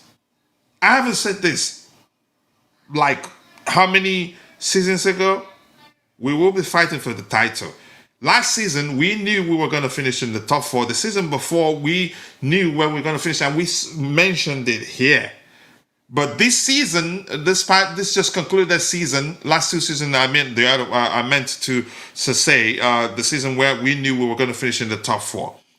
But this concluded season, I didn't know we were going to be this bad. But definitely was sure we weren't ready for the title. Dante did say it. Bobby did say it. Then our man in Bands thought we were going to win it, which happens, you know. But I'm saying next season, as long as we spend decisively, I don't know what would be the accurate word to use there. We spend well, maybe. Let me just simplify it. I think we'll be fighting for the title. This squad isn't as bad as a lot of people make it out to be. There are a multitude of factors that have led to us being as bad as we are right now. We need I think we can say a strategic 4 signings, I think, would do it for us. But it depends on outgoings. As long as we don't make too many changes to the players that are part of the core of the squad, we will be fighting for the title. What will cause us a lot of problems is sign as many, you can say, make too many changes.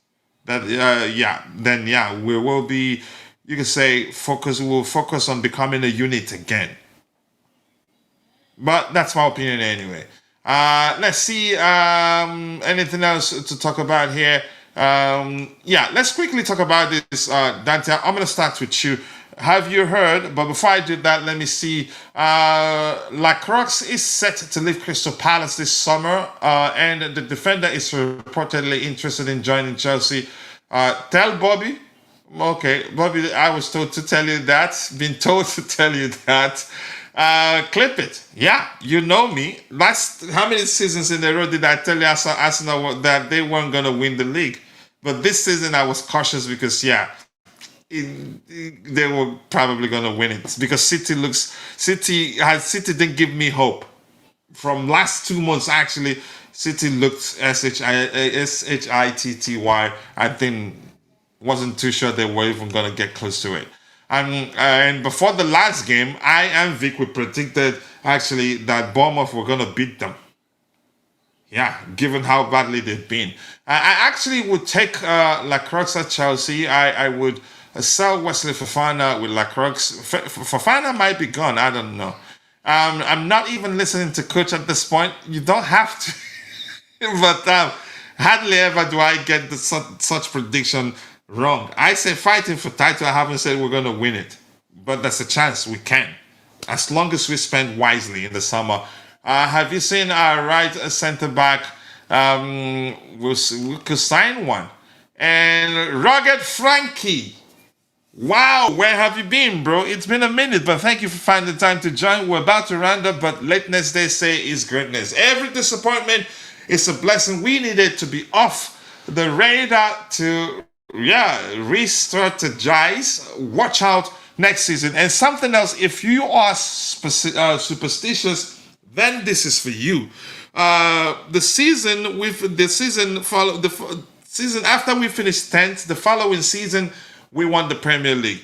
Whenever I think the last time Hull City got promoted, we won the league next season. The last time Sunderland beat us by 2-1 at home or something to that effect, we won the league next season. That is if you are superstitious, but I'm not.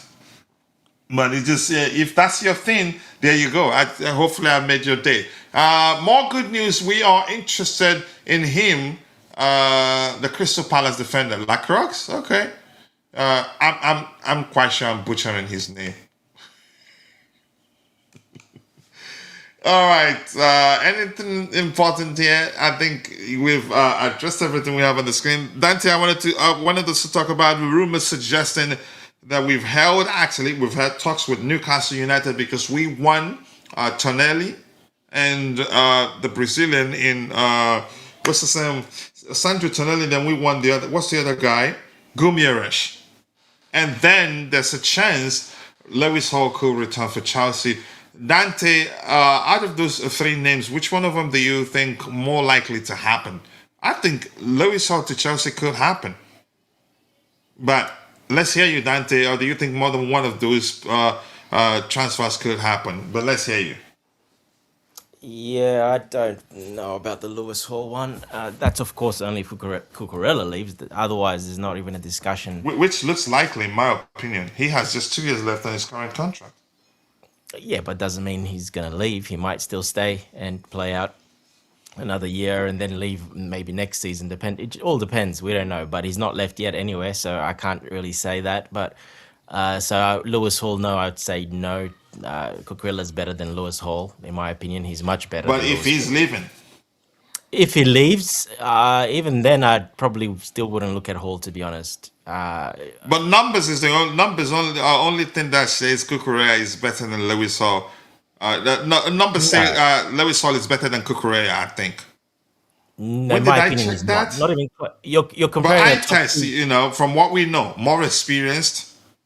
But go A ahead. top two, basically first or second left back in the world. You're comparing to Lewis Hall. Well, no, Lewis Hall can't even make the England squad. So Numbers don't no. matter anymore to you. Numbers. Don't matter anymore. If numbers say Lewis Hall, they say better off this time. But go ahead. No, it doesn't because I've watched. Like I said, he's not a Cucurella. He's not even close to a Cucurella. Cucurella's a world class player. He's probably the second best.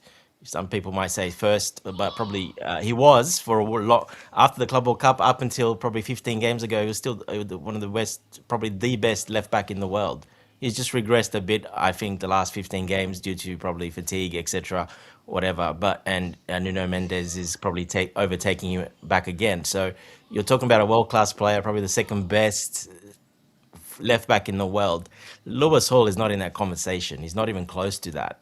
He cannot. No, it's not a matter of who's better. But if we're going, you could look at their numbers, and numbers will suggest maybe Lewis Hall finished the season stronger. That doesn't necessarily mean he's better than Cucurella. Yeah, but Newcastle are below us if you want to look at numbers.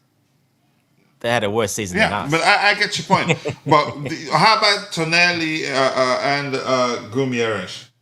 Look at the goal difference. Look how many goals they conceded compared to, and we've had a horrible season, and they've still below us. So if you want to look at numbers, then compare that. Well, No, no, no. just I'm focusing on the players. Like, Uh, how about signing? You can say the possibility of one or more of two of them joining us, because according to reports, we're actually having a conversation with Newcastle United. They're interested in signing Liam Delap, and they want Josh Achimpong, but we've told them we're not looking to sell the kid. So, do you like any of those players? Let's just see, look at that from the perspective of, you could say, the possibility of them joining, any one of them or two of them yeah, yeah. joining us, and whether they'd be a good signing for us. Yeah, Lewis Hall, no, for me, I don't think, because Cucurella's here, like I said, and he wanted to go to Newcastle. The whole point, he wanted to go there with his family as well. So that was a emphasis for them. That's why he went there. So I don't know if he wants to leave, to be honest. Gimaresh would make a really, really, really good, say if Enzo Fernandez is leaving, then yes, Gimaresh would be very good. He's physical, not tall, but he's a very physical player. The way he plays, can contribute goals, assists. Not quite on Enzo's level exactly, but it's a different type In of player. terms of vision and Yeah, passing range. not the vision. He's a runner. He's a very good Gallagher, basically. He runs everywhere, very physical, puts in challenges. He's that type of player, like I said, like a Gallagher, but he's better than Gallagher. So he's that type of player that will give you 100% energy, tackles, stuffed crowd. A lot of the crowd loves that, especially in the English game. It gets the crowd going as well. So he's got that. He's 28, so he's a bit older, I think. So that's the only thing, it's basically his final, probably proper move. If he does leave Newcastle, Newcastle will want a lot for him. We're talking, a lot. So, and now, we have to, depends what we do with Enzo. Now, if we sell Enzo for 120, 30 million, whatever, then yes, he's obviously attainable, because then you can get him and another player for the Enzo money. So, yeah. So him I would get, I think he would suit well. That it will give us a bit of that bite in that midfield area, and that's something we probably lack a little bit there. So that will definitely help. Tonali's on the same sort of level. Runner, runs everywhere, sits a bit deeper, and defends the back line a bit more. But yeah, he's a very physical player as well. He's a very good talent as well. That would fit as well. Not as technical probably as Guimaraes, but it just depends what. It all depends what obviously Xabi Alonso wants. Does he want more technicality, or does he want more passing, more possession, or does he want runners, road runners that run around more? Now that depends what his preference is. From what I've seen him where he plays, he likes to play with those two as more sitting, more technical players. Having one of those on the bench, yes, but Guimaraes is not coming here to sit on the bench, nor is Tonali. Yeah. All right, let me catch up with what we have in the chat. I think we'll call it a day. We've been streaming for 3 hours and 11 minutes. I'm alone at home with the kiddos, and what they want, I don't think it's something their grandma can make for them. I have to go take care of that myself. But Rugged Frankie here says Alonso will be successful if the owners give him a free hand. All we need is clear out the shaky defensive line and retain only Colwell, James, Cucurella, and Gusto. All others, I think Cucurella most likely will leave, given the fact that he has just 2 years left on his contract, except if he signs an extension. Lewis Hall says he doesn't want to come back to London. Did he say that really? Okay. All right, let's see what else we have here. Facts, Dante. Don't make his head explode. Okay, Bobby, if we're still here, I think we'll be rounding up soon. Get him, Dante. Let's see. I like Lewis Hall, but Cucurella is levels. This guy sent Yamal to the shadows. He has what you can say the erratic approach, but effective approach, I must say. He's capable of unsettling the best players in the world. This is not the first time I'm saying it. I've said that 1,000 times, and that's a fact. Dante, I thought you were proper, Charles. What did he do wrong now? Dante, Newcastle United had a worse season than us. And why are we acting like we are heads and shoulders above Newcastle United? But that's not the discussion. You have every right. Weira, you're back again with your trouble. More trouble for me because Weira is in the chat. I'm just happy we're rounding up But soon, are so we I'm not not? going to deal with you. Are we Sorry, not ahead of them? Are we not the on table says we are, aren't we? Gilmire Resch is going to turn down City one season to join us the next year. Yeah. If you tell, what's his name? If you tell Jadon Sancho he'd be playing for Aston Villa, I get it, they want something. Do you think he'd agree? Because he was practically a bench warmer, didn't play that much. It happens all the time in football. So what are you trying to say there, Weira? My trouble expanded, but I'm going to run in a bit. But it's a good thing that, Dante, this is a very good period for you to always, the timing is perfect for you, right? You said? Yeah, it's not too bad. It's getting a bit late now, but I slept, like I said. I fell asleep in the afternoon. So.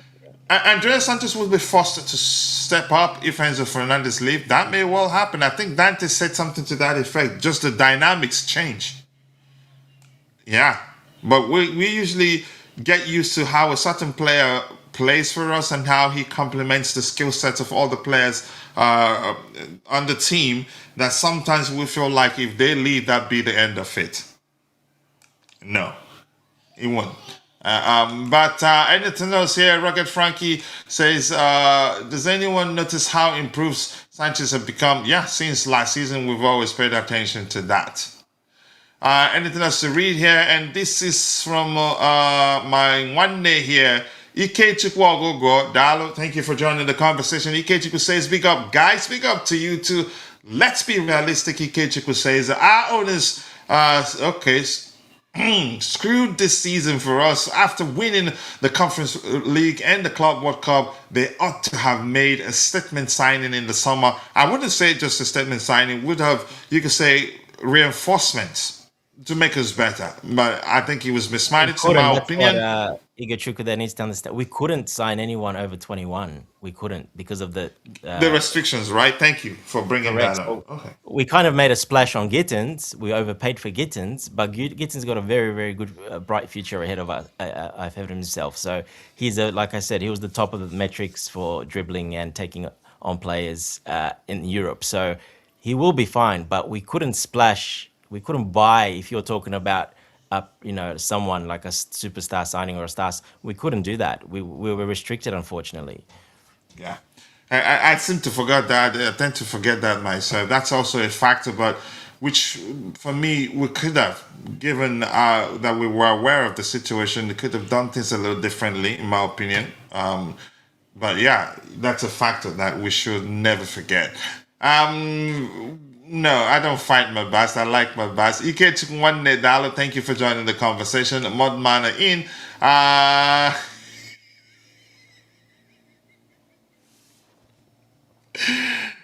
Oh my goodness. Jesus Christ. Mod Mana is going bananas. I like it. Thank you so much, Rich Money Makers. Thank you. I appreciate you.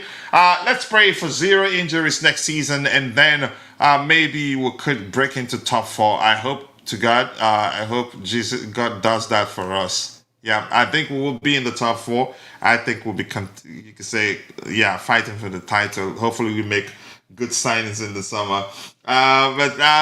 I understand my boss. I want to say thank you to all the people in the chat. My boss 05, aka MB05, for joining the conversation. Thank you to the Beautiful Game, my bro. I appreciate you for finding the time to be part of the conversation today. You stayed. You didn't run away as usual. Not run away though, but you stayed. More importantly, you get it. And I want to say thank you to Ike Chukwu. Thank you for joining. And Ike Chukwu, it looks like it's your first time today. And if that's the case, we appreciate you. Welcome to the Chelsea Perspective community. Here, your opinion matters. We're not going to see the credit today because we're swimming in a vertical format. To all of you here, Bobby also, our senior panelist, was also here. Weira joined us late. Lateness, they say, is greatness. But well, yeah, we have to call it a day. Namaya Fowele was also here. Crazy E was also here. Rugged Frankie joined. And if I miss your name, apologies. But yeah, of course, the captain of the community on the panel in Constantine Dunty. Big up to you. If I miss your name, apologies. I'm only human. See you guys next time. God bless us all. Cheers. Cheers, guys. Take care.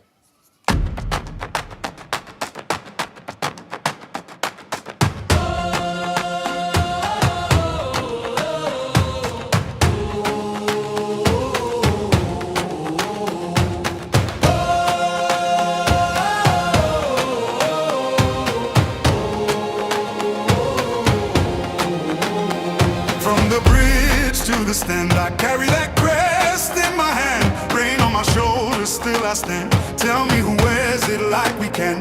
Mud on the boots, heart of gold. Those stories living in the cold. Every name that the walls still hold. I was born for this, I was told. Hear that roll in the air, feel that fire everywhere. We don't bend, we don't fold. We were cut from that blue gold. Blue till the end, blue till the end. We rise again, we rise again. Blue till the end, blue till the end. This is our name, this is our skin. When the pressure comes down hard, we don't flinch, we play our part. Every scar on the badge says more than 1,000 songs before. From the first whistle to the last, we remember where we came from fast. No throne, no crown, no borrowed fame, just a city calling out that name. Hear that roll in the air, feel that fire everywhere. We don't bend, we don't fold. We were cut from that blue gold. Blue till the end, blue till the end. We rise again, we rise again. Blue till the end, blue till the end. This is our name, this is our skin. Let the whole ground shake, let the whole world know. We don't chase a moment, we are the home. Hands up high, voice up loud. Same old pride, same crowd. Blue till the end, blue till the end. We rise again, we rise again. Blue till the end, blue till the end. This is our name, this is our skin.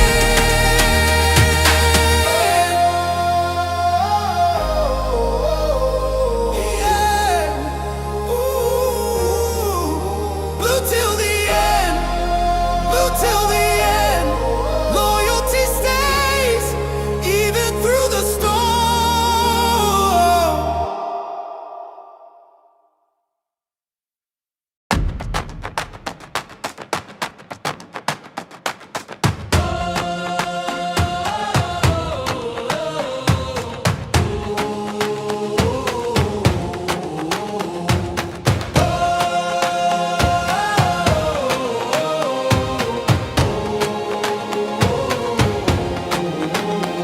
From the bridge to the stand, I carry that crest in my hand. Rain on my shoulders, still I stand. Tell me who wears it like we can. Mud on the boots, heart of gold. Those stories living in the cold. Every name that the walls still hold. I was born for this, I was told. Hear that roll in the air, feel that fire everywhere. We don't bend, we don't fold. We were cut from that blue gold. Blue till the end, blue till the end. We rise again, we rise again. Blue till the end, blue till the end. This is our name, this is our skin. When the pressure comes down hard, we don't flinch, we play our part. Every scar on the badge says more than 1,000 songs before. From the first whistle to the last, we remember where we came from fast. No throne, no crown, no borrowed fame, just a city calling out that name. Hear that roll in the air, feel that fire everywhere. We don't bend, we don't fold. We were cut from that blue gold. Blue till the end, blue till the end. We rise again, we rise again. Blue till the end, blue till the end. This is our name, this is our skin. Let the whole ground shake, let the whole world know. We don't chase a moment, we are the home. Hands up high, voice up loud. Same old pride, same crowd. Blue till the end, blue till the end. We rise again, we rise again. Blue till the end, blue till the end. This is our name, this is our skin.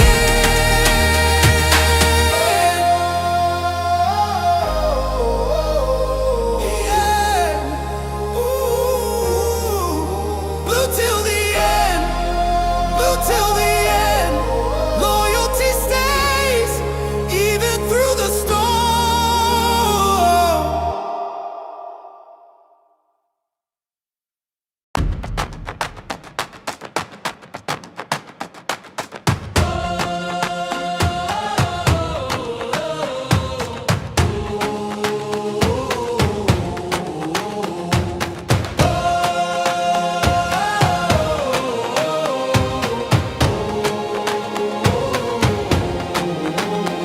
From the bridge to the stand, I carry that crest in my hand. Rain on my shoulders, still I stand. Tell me who wears it like we can.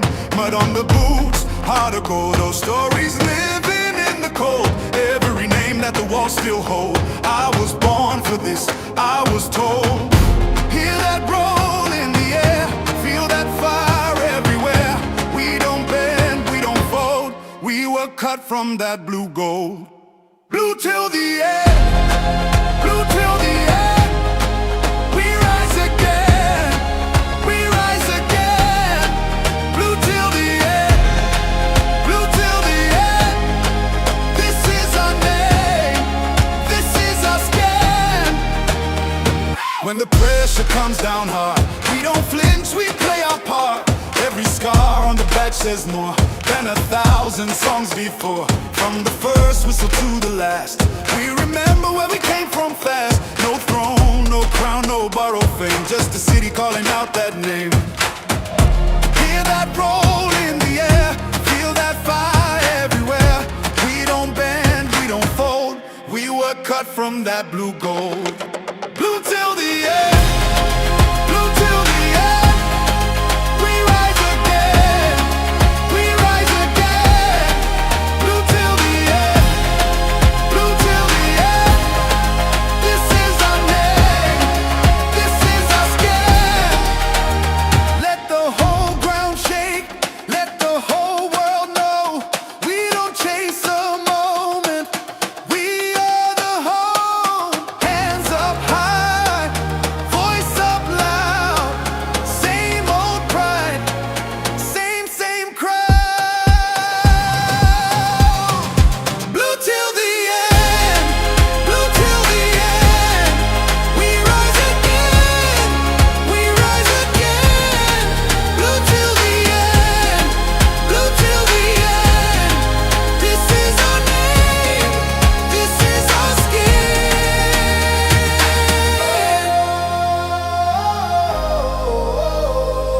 Yeah. Ooh. Blue till the end, blue till the end. Loyalty stays even through the storm.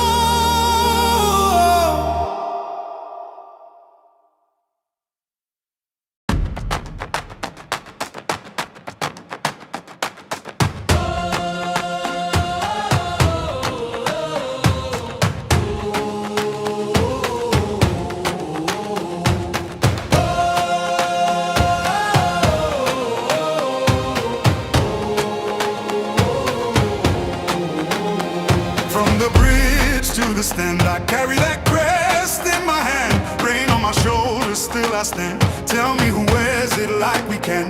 Mud on the boots, heart of gold. Those stories living in the cold. Every name that the walls still hold. I was born for this, I was told. Hear that roll in the air, feel that fire everywhere. We don't bend, we don't fold. We were cut from that blue gold. Blue till the end, blue till the end. We rise again, we rise again. Blue till the end, blue till the end. This is our name, this is our skin. When the pressure comes down hard, we don't flinch, we play our part. Every scar on the badge says more than 1,000 songs before. From the first whistle to the last, we remember where we came from fast. No throne, no crown, no borrowed fame, just a city calling out that name. Hear that roll in the air, feel that fire everywhere. We don't bend, we don't fold. We were cut from that blue gold. Blue till the end, blue till the end. We rise again, we rise again. Blue till the end, blue till the end. This is our name, this is our skin. Let the whole ground shake, let the whole world know. We don't chase a moment, we are the home. Hands up high, voice up loud. Same old pride, same crowd. Blue till the end, blue till the end. We rise again, we rise again. Blue till the end, blue till the end. This is our name, this is our skin.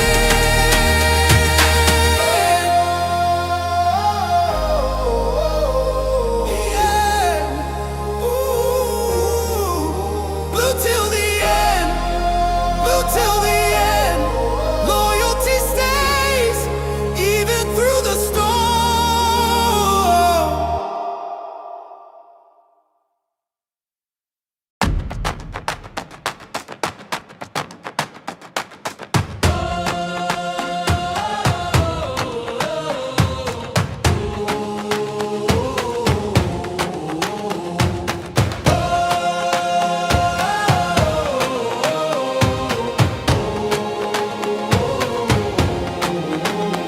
From the bridge to the stand, I carry that crest in my hand. Rain on my shoulders, still I stand. Tell me who wears it like we can. Mud on the boots, heart of gold. Those stories living in the cold. Every name that the walls still hold. I was born for this, I was told. Hear that roll in the air, feel that fire everywhere. We don't bend, we don't fold. We were cut from that blue gold. Blue till the end, blue till the end. We rise again, we rise again.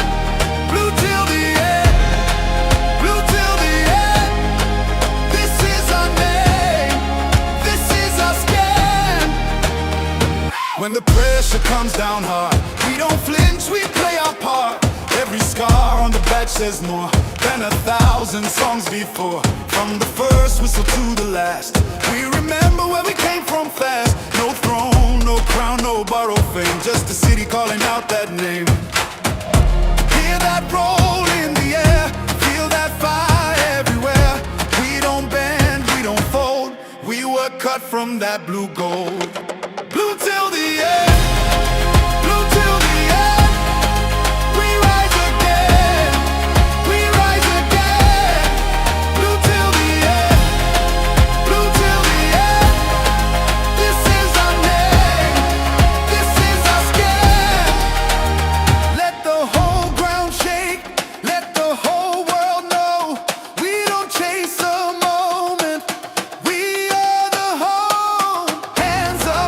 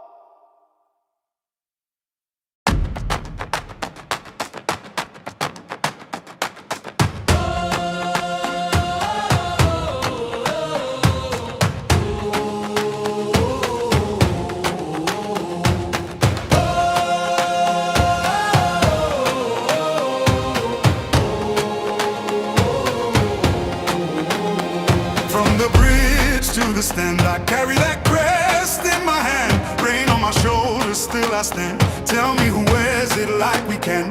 Mud on the boots, heart of gold. Those stories living in the cold. Every name that the walls still hold. I was born for this, I was told. Hear that roll in the air, feel that fire everywhere. We don't bend, we don't fold. We were cut from that blue gold.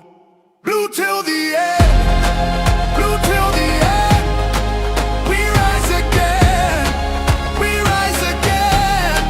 Blue till the end, blue till the end. This is our name, this is our skin. When the pressure comes down hard.